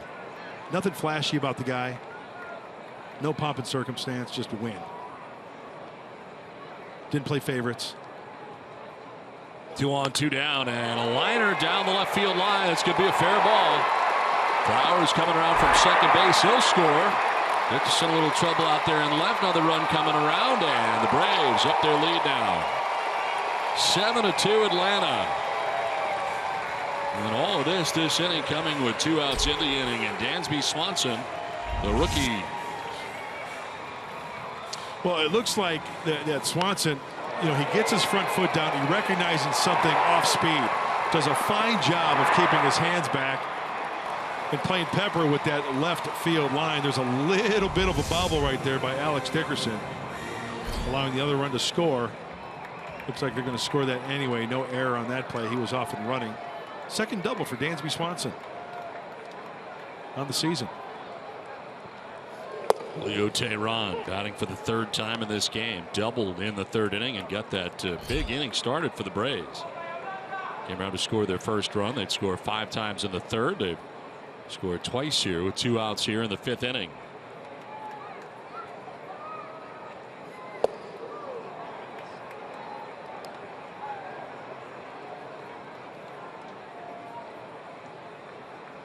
Villanueva had retired 6 batters in a row prior to the walk by Flowers. Single by Peterson, then the 2-run double by Swanson. And Atlanta on top 7-2.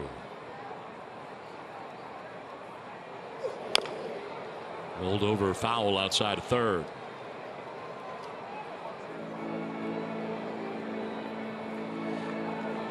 The Braves all-time leaders in career wins. Warren Spahn on top of that list, but Tied for 453rd is Mark Grant with his 1 win. I just caught that. I'm like, oh, Spani, loved the left-hander. Nuxie, great guy. Yep. Tommy, John, Mad Dog. And then there's you. This one is chopped foul outside of third. Do you remember if your feet smelled in 1991? Yeah, they smelled really bad Really back bad then, too. Yeah. Well, at least you're consistent. Hey, I wish I could go back and watch a Warren Spahn pitch. Oh, man. Spahny. Nuxie.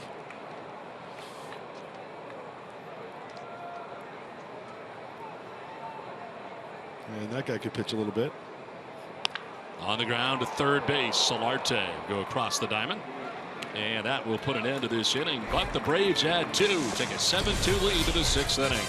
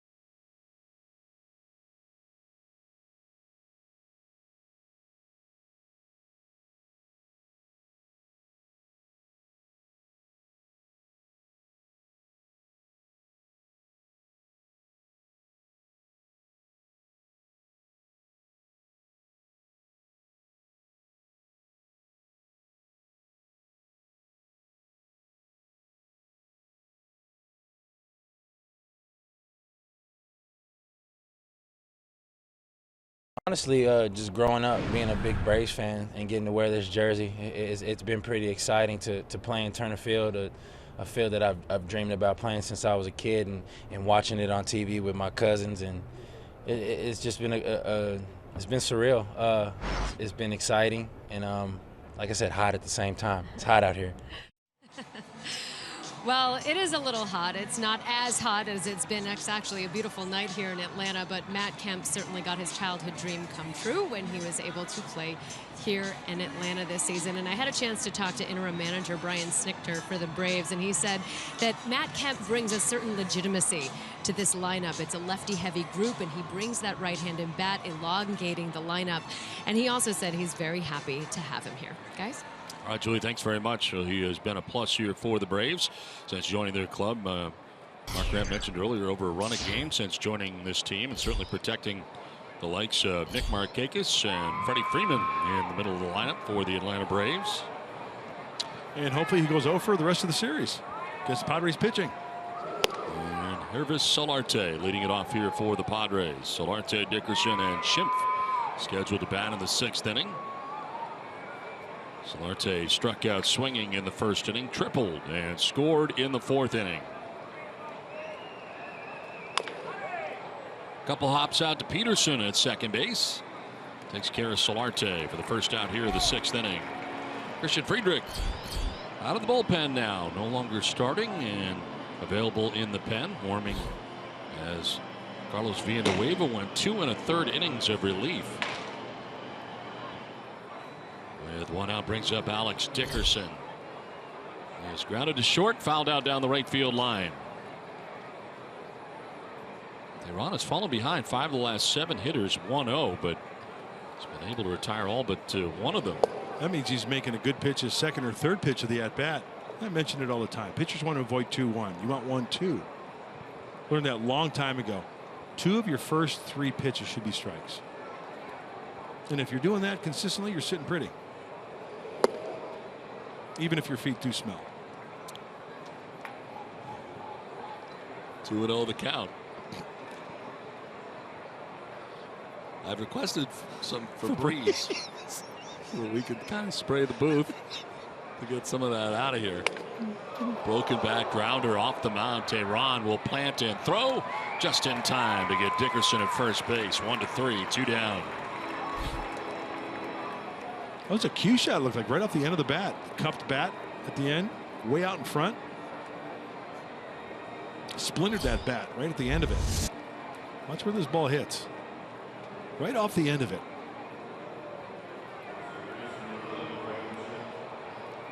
Coming from Laredo, firing a strike to first base, again by a full step. So 2 down here in the 6th inning brings up Ryan Schimpf. He's grounded back to the mound and flied out to center field. 0 for 2.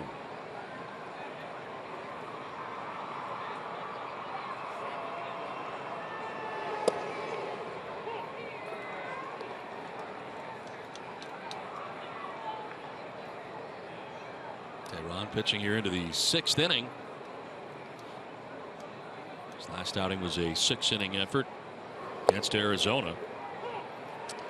Ended up with a no decision, a game the Braves lost 10-9. 6 innings, gave up 6 runs in his last outing on 11 hits. So far just the 2 tonight. 2 runs in the 4th inning. Trying to go up the ladder by design. Hey, one thing I've noticed about Tyler Flowers, on the low pitches tonight, have you noticed what he's doing? He's catching them and kind of snapping it up in the zone with his glove. And it's working. Yeah, he's done that with regularity tonight, and he's gotten a couple calls sometimes. So a ball below the knees, he'll kind of catch it and kind of scoop that glove up a little bit. Fly ball down the left field line. Matt Kemp headed over towards the line, and he'll make the catch to end the inning. 2 groundouts and a fly out. Padres down in order, trailing 7-2.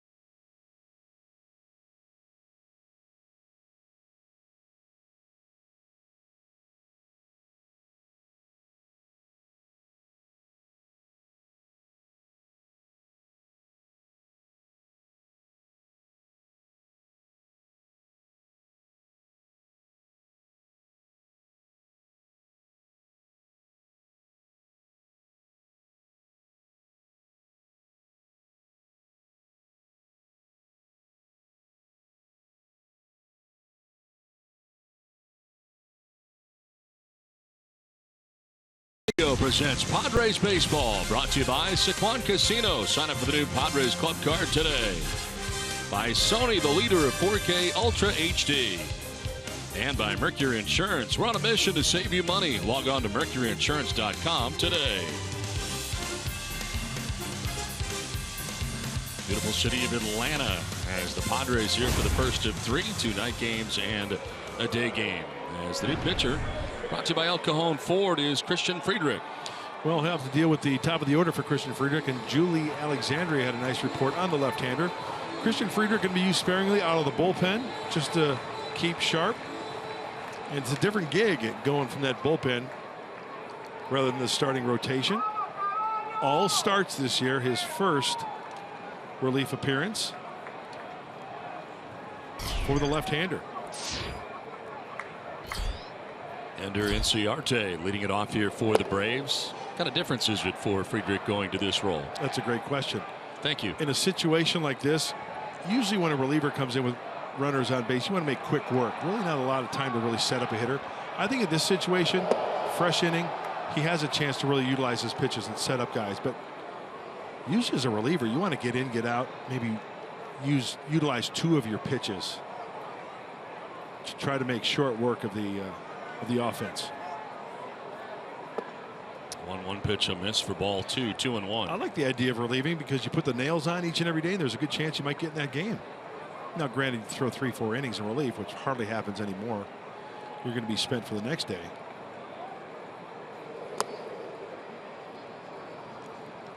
His bullpen had been rested coming into tonight's game. Fortunately, as Edwin Jackson last 2 2/3 innings. He's charged with 5 of the 7 runs the Braves have, as Carlos Villanueva went 2 1/3, 2 hits, 2 runs. Walked a batter, struck out 2.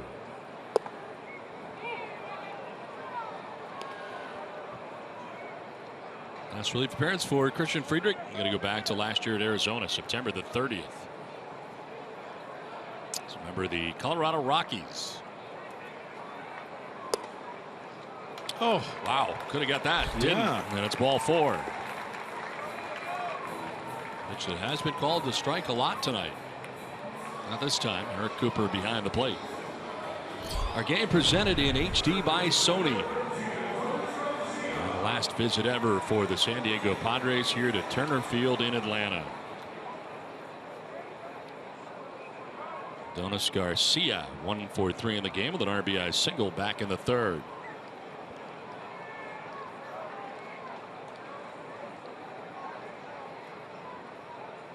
I got a question for you there, Cha-Cha. What do you got?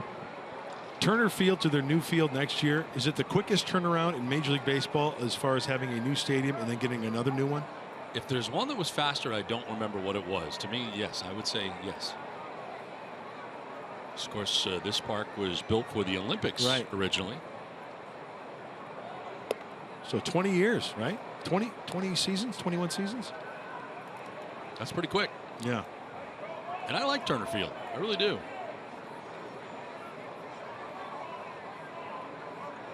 I like the booth. Yep. I like the director's chairs we're in. Yeah, I like to be Kinda up high. I High like to be table, up. high chairs. You know, Georgia State University purchased this facility. They're going to play football here. Huh? Yeah. And then where old Fulton County stood, they're going to build a little intimate baseball park.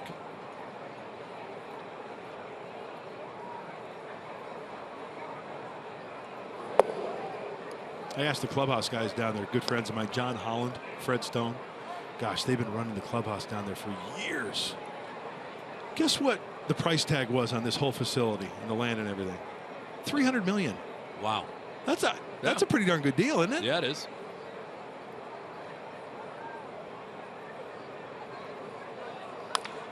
Back to Friedrich. He'll try to start it to second for 1, on to first, and it's dug out nicely by Myers. Nicely done.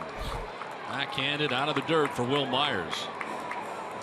And the double play, 2 down here in the bottom of the 6th inning. Hey, not just firing strikes at the plate, but how about to second base? Sometimes pitchers can feel a little froggy. You're throwing uphill. You see Friedrich got that ball. He immediately turned, and a nice pick over by first base and Will Myers.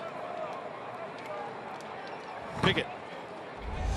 Second double play turned tonight by the Padres. First turned 6 on Sunday. Freddie Freeman has been aboard twice tonight, a walk and a single. And a grounder back to Friedrich. Nicely fielded at the base of the hill. Underhanded toss for the out that ends the inning. We're headed for the 7th from Turner Field with the Braves on top 7-2.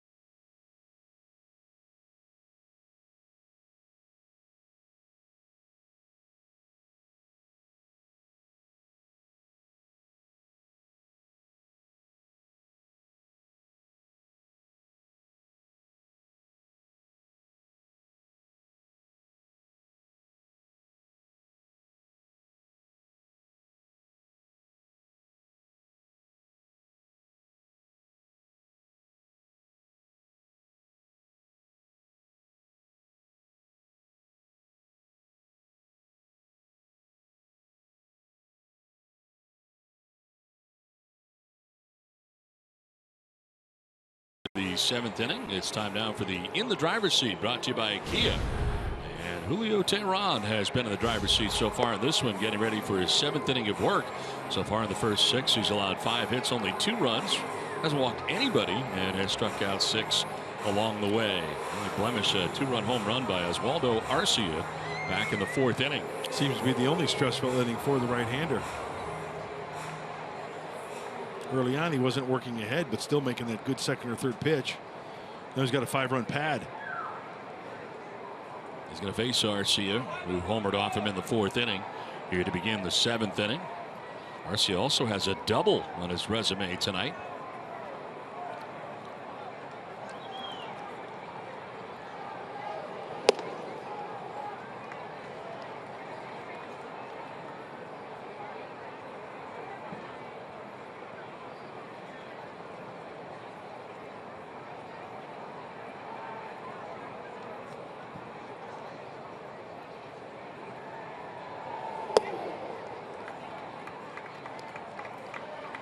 In the Padres pen, Brandon Morrow back with the club again.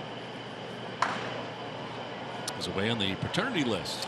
Yes, and stay tuned after this game. Padres Live, the post-game show. Brandon Morrow sat down with me and had a nice little conversation about his experience.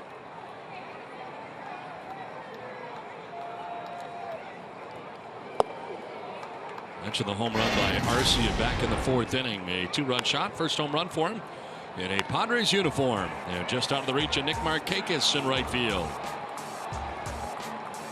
Made it 5-2 at the time, but Braves have tacked on 2 more, lead it 7-2.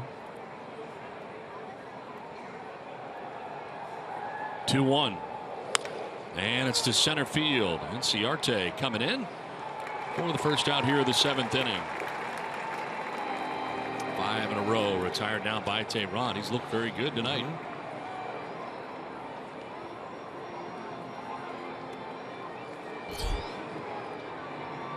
One down, Derek Norris coming up.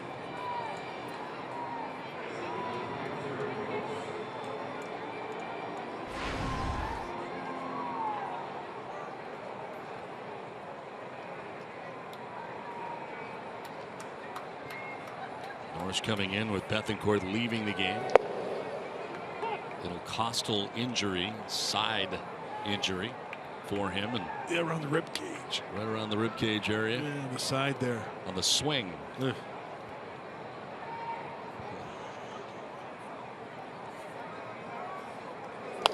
You know, everybody talks about the legs being strong. Your legs got to be strong. You know what I feel the most important part of the anatomy is to your core. Yes. I'll tell you what, if I had to do it all over again, I would do medicine ball work. I would do sit-ups to strengthen that core. You know, I know Nolan Ryan always said, "Oh, I got to have strong legs," which is true. Don't get me wrong, but your core is everything: throwing, hitting, fielding. You know, when you got the boiler. Yeah, that's a bad core. Yeah, it is.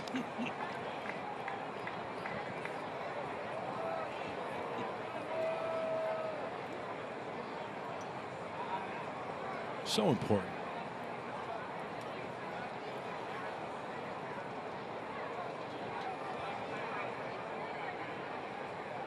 One-two pitch coming up. Yeah, Norris will take that. That's that slider we're talking about from Teheran. He'll make you fish off the plate there, down and away. He might throw another one here, 1-2. What are you looking at?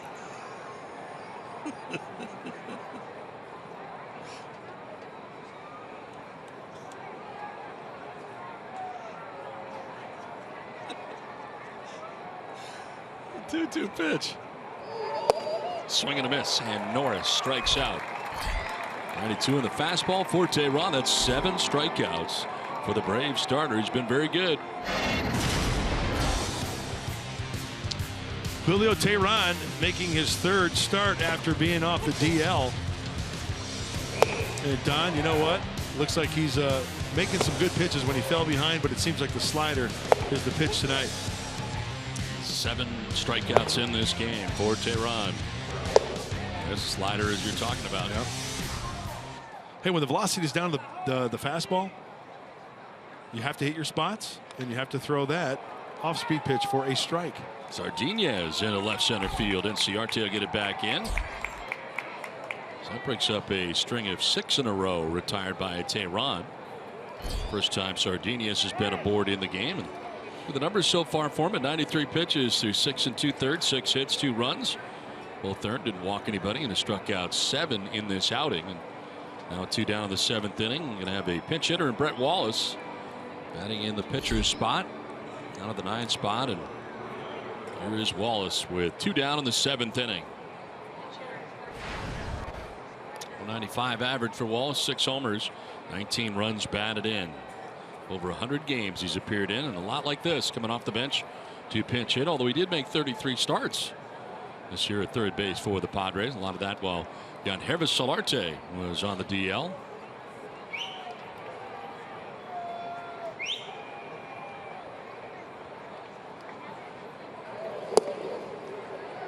Strike call, bottom of the zone.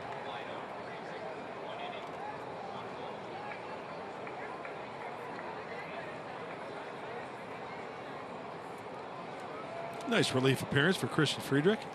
His first one out of the way of this year. 1 inning, 1 walk. Got that double play turn, 4-6-3 after the leadoff walk. They got Freeman to ground back to him, so pretty quick and easy 6th inning as it turns out for Christian Friedrich. Andy Green has used 3 pitchers in the game. Edwin Jackson giving up 5 2 2/3. Carlos Villanueva going 2 1/3, giving up 2 runs.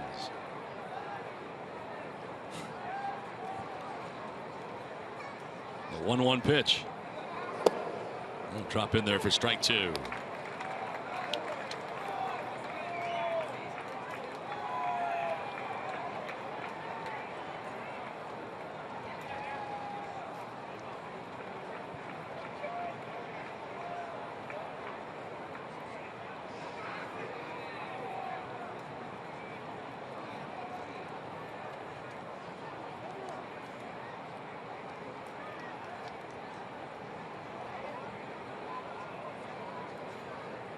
Sardinez held on at first base by Freeman with 2 down here in the 7th inning.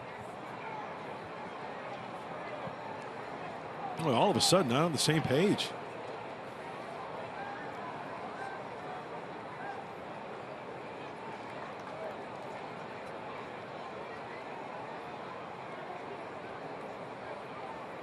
I wonder if he's pulling a Crash Davis right there. Oh, you're shaking me off. Throwing a 2-run 6-hitter. Really? All right, hey Brett, here comes the fastball. When you speak of me, speak well.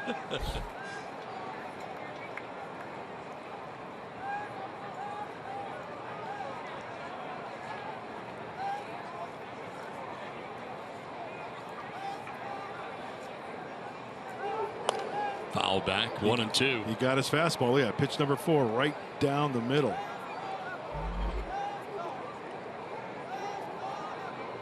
You hit the bull, you get a free steak. Yeah. You know. I think I heard, I read the lips of Tehran. He said, why is he calling me meat? I'm the one driving the Porsche. With the quadruponic Blaufunk. Blaufunk stereo.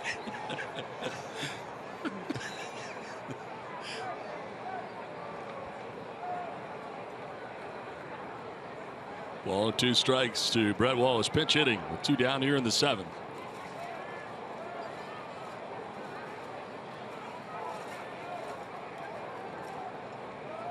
Swing and a miss, and Wallace strikes out. Look at the breaking ball to get him. 7th inning stretch from Atlanta. The Braves on top 7-2.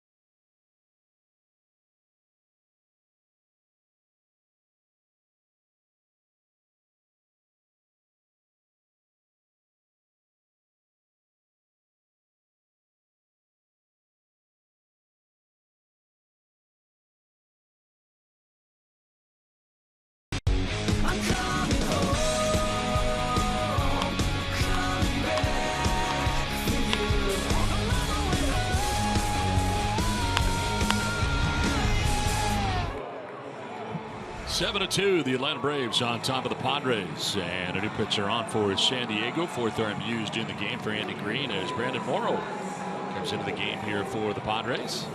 Hey, a feel-good story. His 7th game for Brandon Morrow. Back when he toed the slab for the first time this year, 15 months in between injuries and getting back to full strength. And it couldn't happen to a better kid. Just brought life into the world, he and his wife Lily, and got that all taken care of. And there you see the numbers for Brandon. He joined us before the game. You'll see an interview with Brandon and I on the post-game show with Mike Pomerantz and Mark Sweeney. Well, Matt Kemp leading it off for the second time in the game. Led off in the 5th inning, lining out to left field. He's 0 for 3 in the game tonight. It's flied out twice to center fielder Travis Jankowski. And line out to left to Alex Dickerson. Padres shifting on him on the left side of the infield. Ryan Schimpf, the second baseman, going to the left side.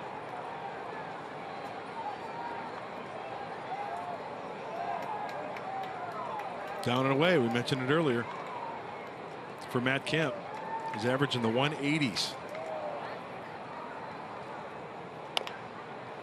Chopped in that direction on the left side. Sardinez sidearmed and in time for the first out of the 7th inning. So one away, and Nick Markakis coming up. There is action in the pen as the right-hander Ramirez is up. Tehran right now at 98 pitches through 7 innings. So Jose Ramirez warming for Atlanta. One down here in the 7th. Here's Nick Markakis. He has singled, walked and scored, and fouled out.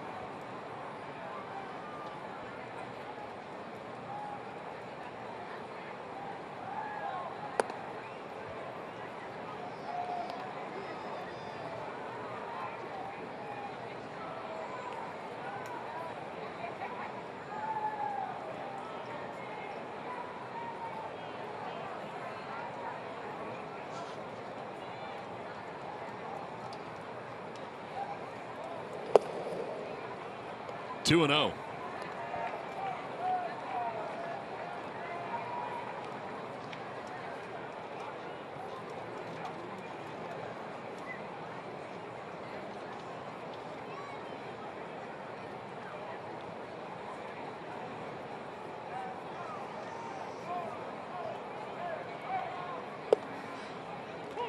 That's a strike, and it's now 2-1.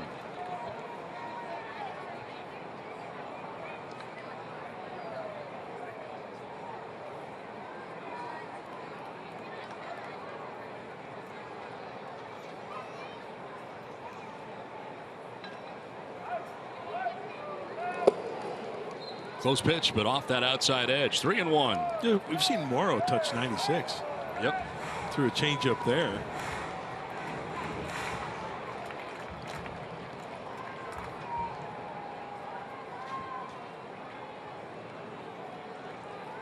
Going with the changeup. 3-1. Fastball away. Two-seamer. There you go. Swing and a miss. Good pitch. Okay, after a changeup at 93.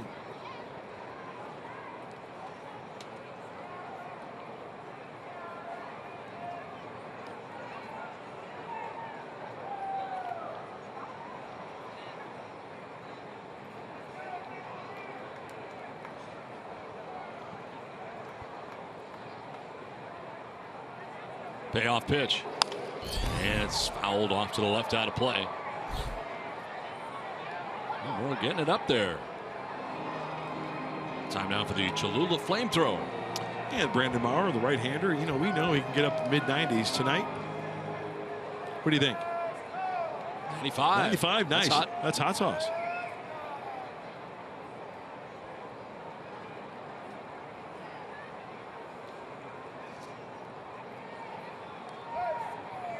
Three-two pitch. And it's lined the other way. Base hit for Markakis. And Markakis aboard with one down. His second hit of the night. Third time that he has been aboard. You can see what Brandon Morrow was trying to do there. Away, away, away. And Markakis just, he's banking on that. It seemed like every pitch was away.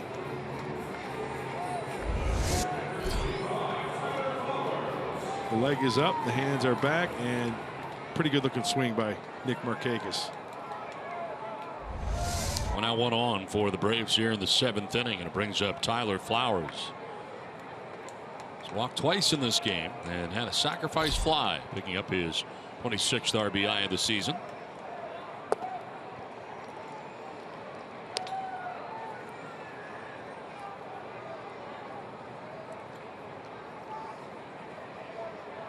Outfield straight away for the Padres here. Doesn't it look like a huge outfield from our vantage point here? It does. A lot of room in left center and right center. About 380 out to left center, 390 to right center, and this is through the right side into right field. Arcia charges it pretty well, and Markakis stops at second base on the single to right. 2 on with 1 away. Thursday on Aztec Football with Rocky Long, heading to the film room. It's always fun for an exclusive preview of Saturday's game against New Hampshire. What's their nickname? I'm going to ask you after this promo. And how the team developed through training camp. Coach Long breaks it down Thursday, 10:30 on Fox Sports San Diego. UNH Wildcats. Very nice. Now runners at first and second. And you went to Northeastern? I did. What was their mascot? Huskies. That's original. Where's the second one out?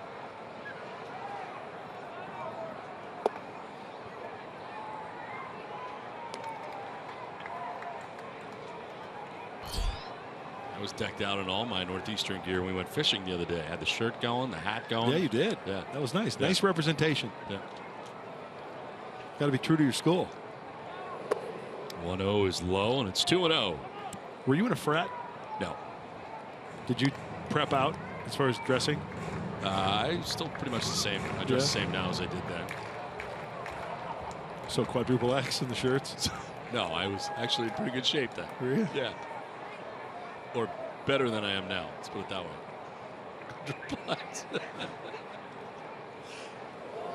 2-0 is a strike, but it gets away, and the runners are going to move up. Wow, that was odd because there was a fastball, and Derek Norris just couldn't squeeze it. I don't know whether that ball moved a little bit or, there's no conversation here between pitcher and catcher, so it's not a cross-up. That was very odd. Fastball charged to Norris. Okay, fastball away. There's the fastball. Just couldn't come up with it.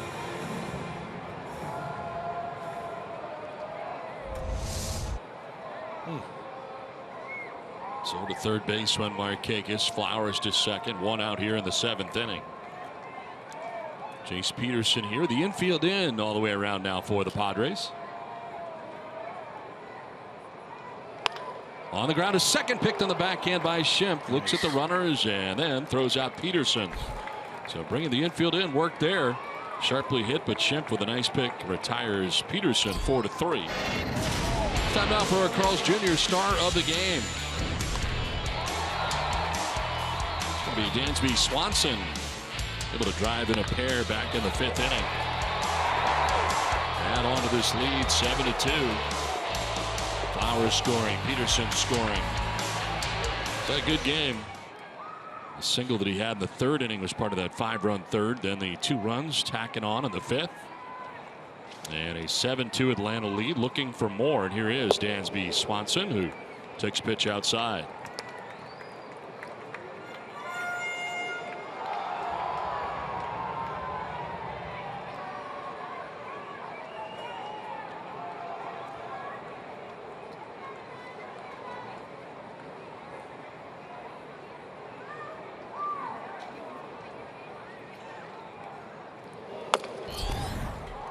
Chop foul. Ball and a strike.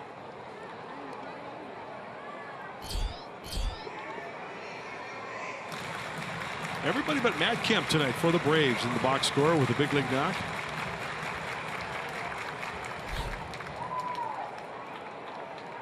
Gordon Beckham has come out on deck here for the Braves to bat in the pitcher's spot. Julio Teheran scheduled to bat next if the inning continues. Our 2 outs, runners at 2nd and 3rd right now for Atlanta. The 1-1. And he went around. 1-2. Well, he's got the good location down. Good sweeping slider as you see Beckham on deck. There's Evander Holyfield in the house tonight. Oh, what's up, champ? Champ. Champ. Vander. Champ. There you go. There we go. You got one more round. Hey, got a couple more rounds to go. Come on. Only in the 7th. The opposite field. Arcia coming in into the hook slide. Makes the catch in right field. Nice catch out there, Oswaldo Arcia. And it leaves 2 for the Braves at 2nd and 3rd. Arcia showing the good glove out there in right. 7-2 Atlanta.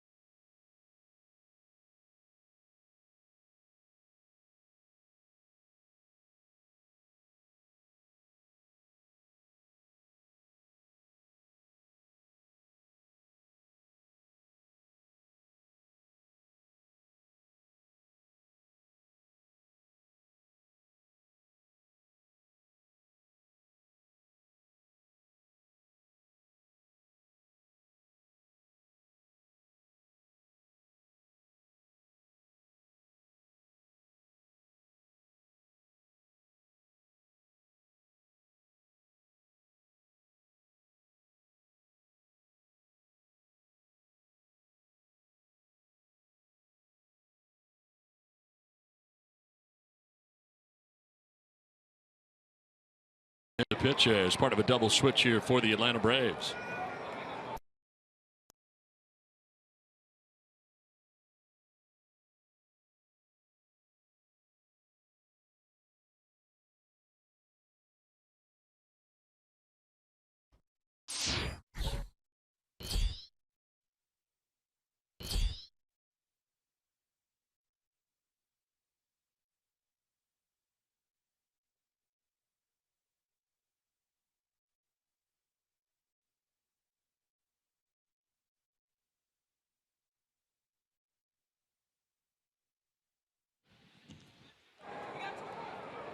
Now Travis Jankowski down to the count 0-2.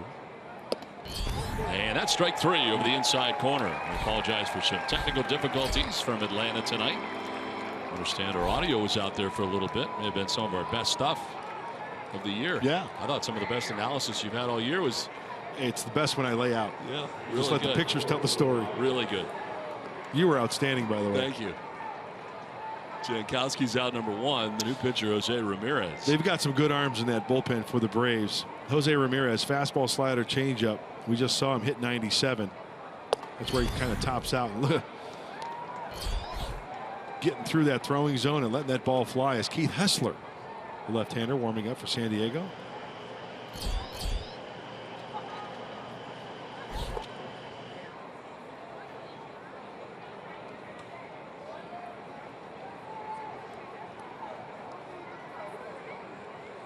Ball and a strike to Will Myers. Yangervis Solarte waiting on deck. And this one out ahead is Myers ripping it foul. You know that kid Mauricio Cabrera in the bullpen for the Braves? He's their 8th inning guy. Usually when they have like it's closer. This kid throws, I mean, it's Aroldis Chapman like 103. Wow. So you got 97, 98 here. And then Cabrera at 103. There's 97 from Ramirez, but off the mark, 2-2. Takes over for Julio Teheran.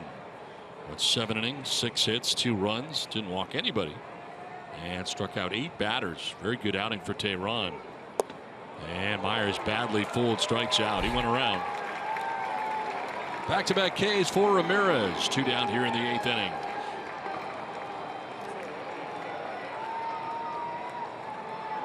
Brings up Yangervis Solarte. Pretty impressive right now so far for Jose Ramirez. And coming in as part of a double switch with Gordon Beckham taking over at second base. Beckham will be leading it off when the Braves come to bat in the bottom of the 8th inning.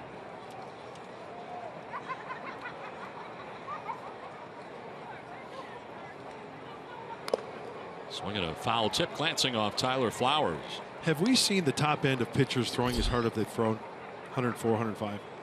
Maybe have, although I've been told by so many that Nolan Ryan was up there during the course of his career, just didn't have the guns that they have today. Right. Nowadays, the guns registers the ball out of the hand. Back then, it was the ball that was crossing home plate. 60 feet later. Right. So on today's gun, they say that Nolan Ryan would have touched 109. Swing and a miss, and Solarte strikes out. Ramirez, very impressive. Strikes out the side in order. It's a 7-2 Atlanta lead.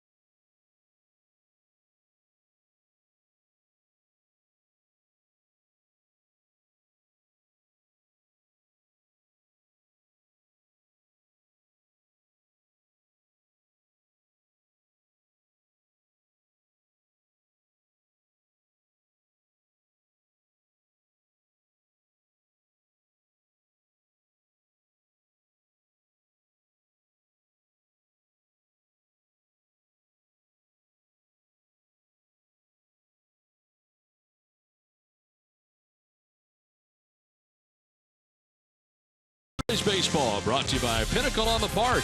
Make your new home here. Visit pinnacleonthepark.com for details. By Petco, where the healthy pets go.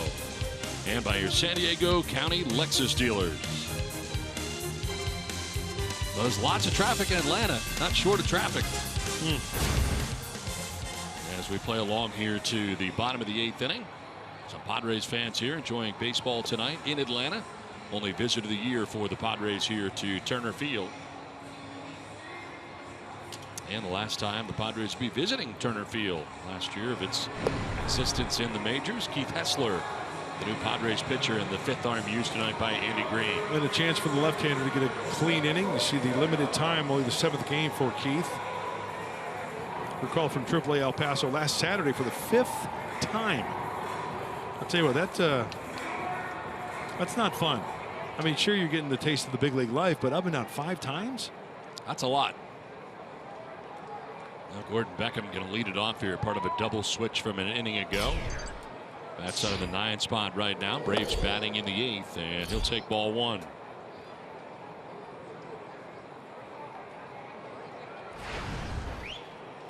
.216 average, 5 homers, 25 runs driven in, and gets into his 69th game.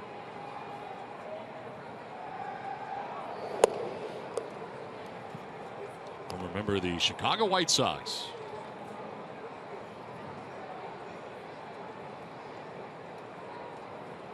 Signed by the Braves as a free agent in December of last year. White Sox also part of the Angels. And back to the White Sox again for Gordon Beckham.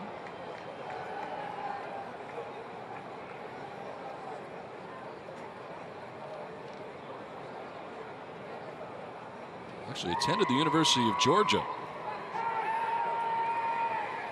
And now a member of the Braves. He'll take the strike. 3-1.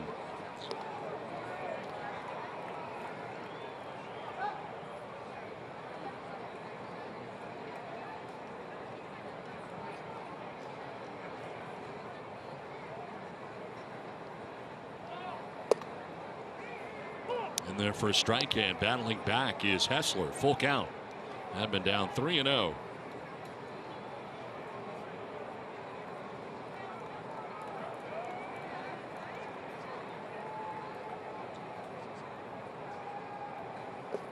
And there's ball 4. Beckham gets a leadoff walk to begin the bottom of the 8th inning. We'll be with you tomorrow at game 2 of the series. And it'll be Paul Clemens matched up against former Padre farmhand Matt Whistler. 4 p.m. in San Diego on Fox Sports San Diego. Middle game of 3 games played, 2 night games and then a day game. And Clemens getting another start here, and the Atlanta Braves will have Matt Whistler on the mound.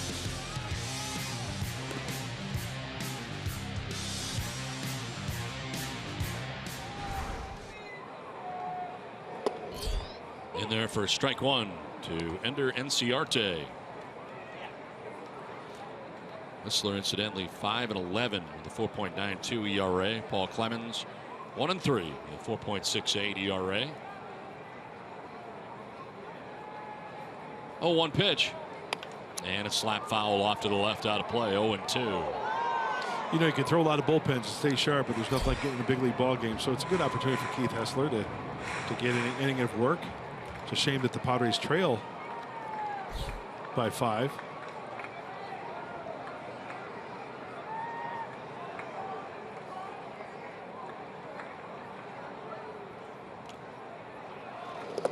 Pitch in the dirt, and it's 1-2.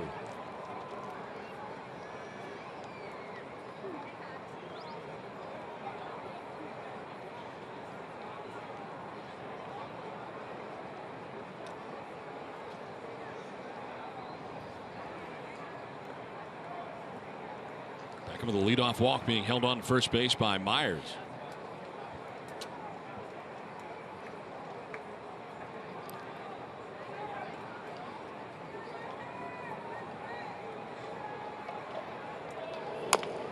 Chop towards first base. Myers will try to get the lead runner. He does at second base on the force out there. The shortstop Sardinha is covering, so 3-6 on the force out of Beckham. Chopper down to Myers. So Enciarte reaching on the fielder's choice. Well, we have a second. Hey, tonight on Fox Sports San Diego, Mike Pomerantz does a great job. Goes one-on-one with Luis Perdomo on an all-new SD Live tonight after Padres Live right here, Fox Sports San Diego. Pomerantz does a great job, doesn't he? He does. Hardest working man in San Diego. Pitch outside to Adonis Garcia. There's Luis. I'll tell you what, Darren, so great. Oh, Darren Balsley said he had a lump in his throat after that game. He was so proud of his right-hander, that game in Miami. To see his reaction.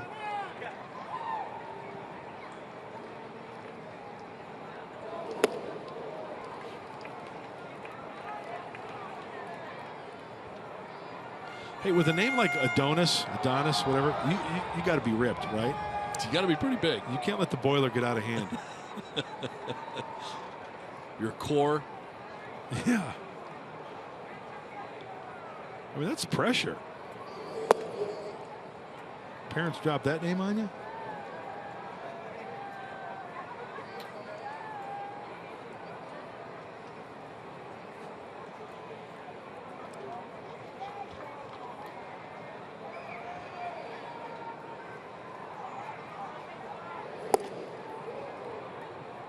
Biting down and in, and it evens at 2-2.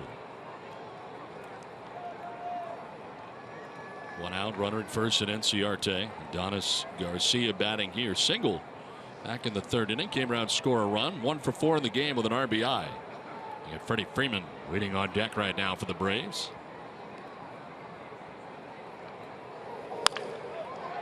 Into left field, a base hit for Garcia. Inciarte will stop around second base.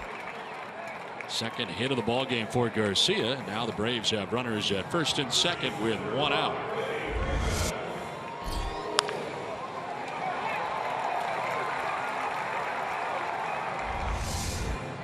Ball was hit sharply, but thought maybe a dive was in order there.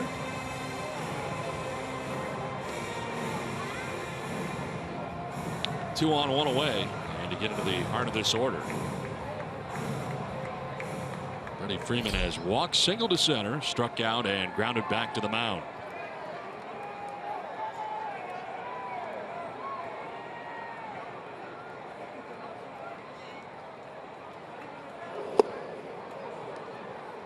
Braves are 5 for 12 with runners in scoring position in the game.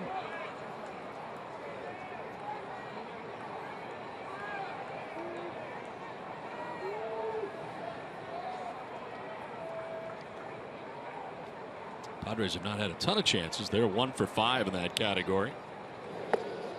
Low and away, 1-1.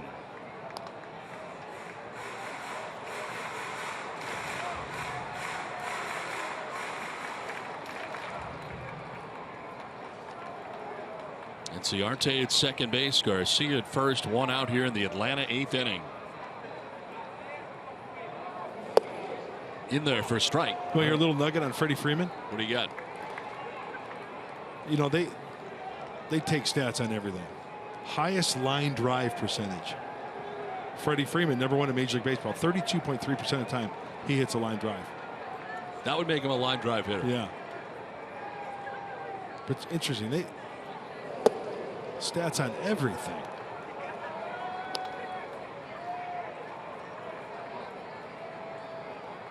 The one that I still don't get is the FIP. The fielders something. Fielding independent pitching. Right. I still don't understand that one.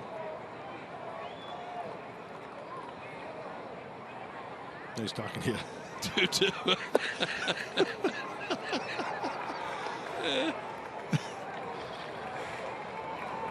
I think I'm bored with you.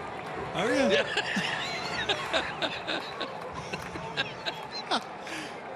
3-2. 1 out. Runners at first and second. Get a double play ball here.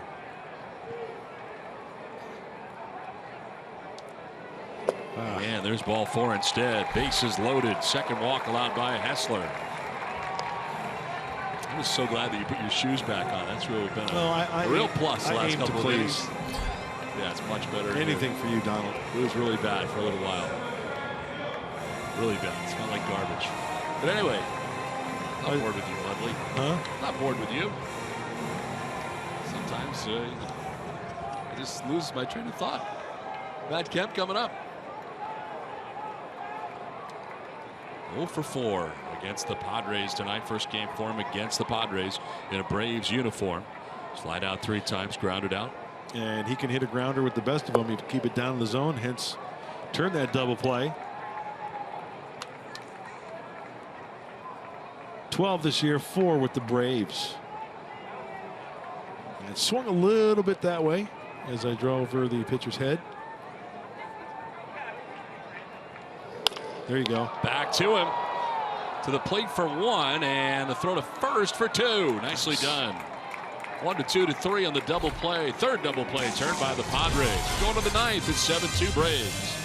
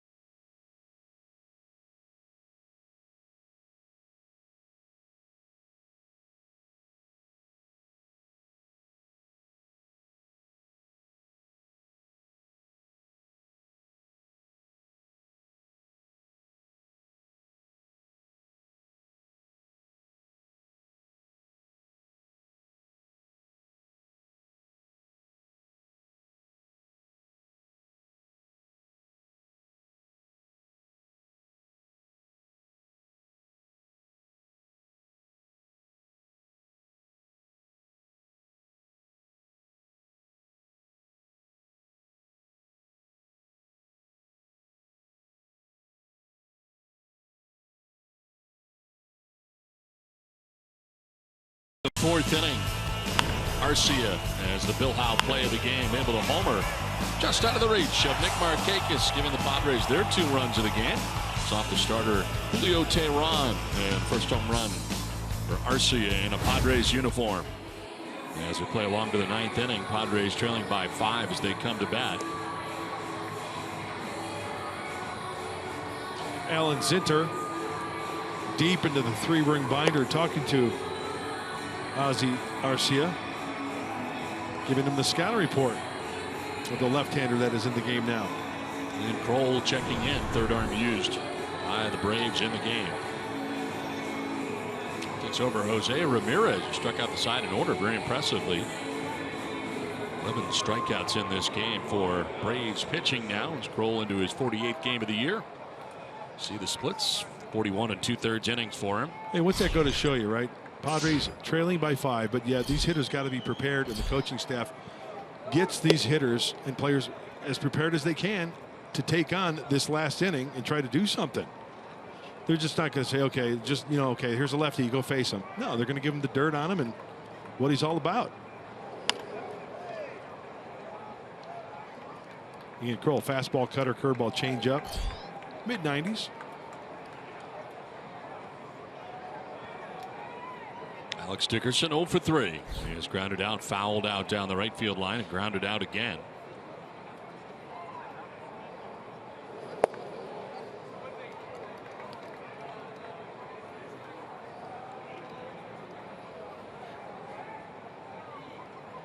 Ramirez striking out the side in the 8th. Got Jankowski, Myers, and Solarte. Chopper to third base. Garcia gets it there in time to retire Dickerson for the first out of the 9th inning. So 1 away, and that'll bring up Brian Schimpf.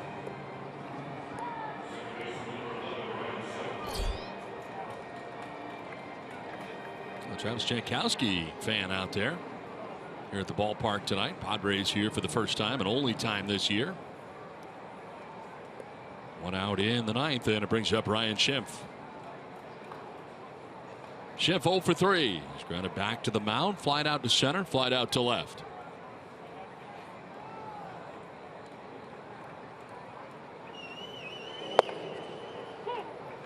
Well, I think as I look at my scorecard, Arcia, was he left undrafted and picked the stick?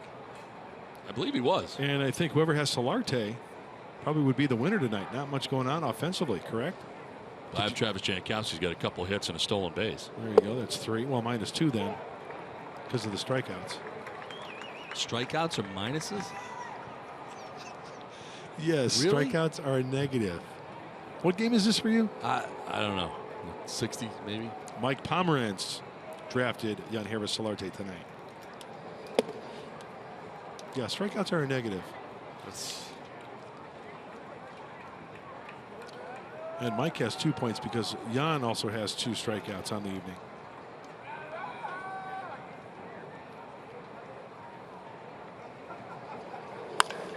In the air out towards left center field, pretty deep. Matt Kemp going back, so is Inciarte. It'll be Kemp who can't catch it. Tried the basket style, and he drops it out there. And Schimpf is headed for 3. He'll get there. So Ryan Schimpf gives it a ride out there. It will be a triple for Schimpf. As Kemp tried to catch it basket style, could not. Ends up at the wall.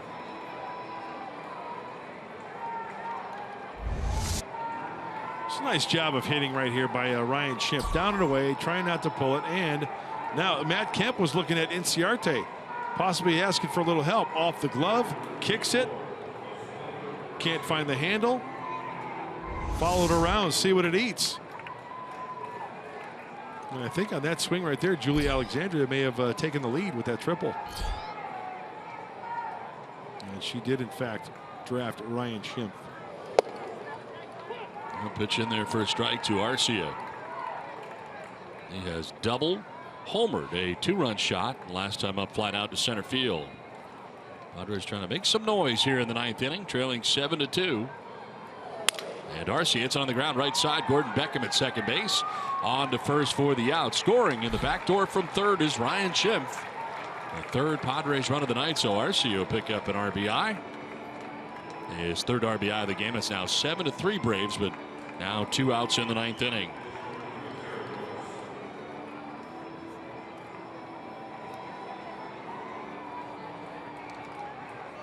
Brings up Derek Norris.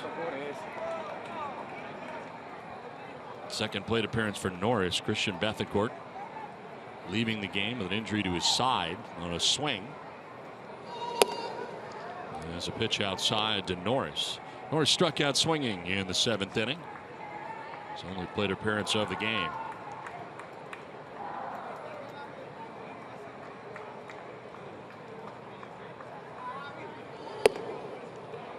Strike called, top of the zone.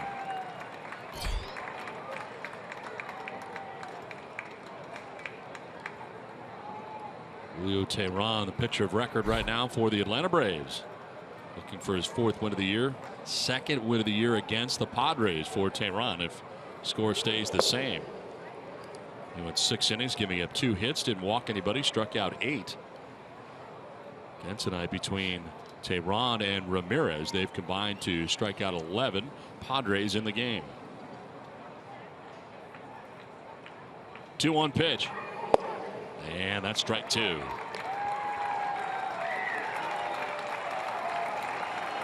Padres down to their last strike.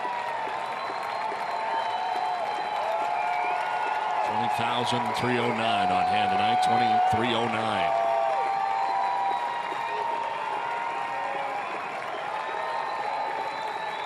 2-2 pitch. Swung on and missed. Norris strikes out, and the Braves win. So Teheran the winner, 4-9. Jackson the loss, 3-5 in a game that takes 2 hours and 55 minutes. Mike Pomerantz, what's in store tonight?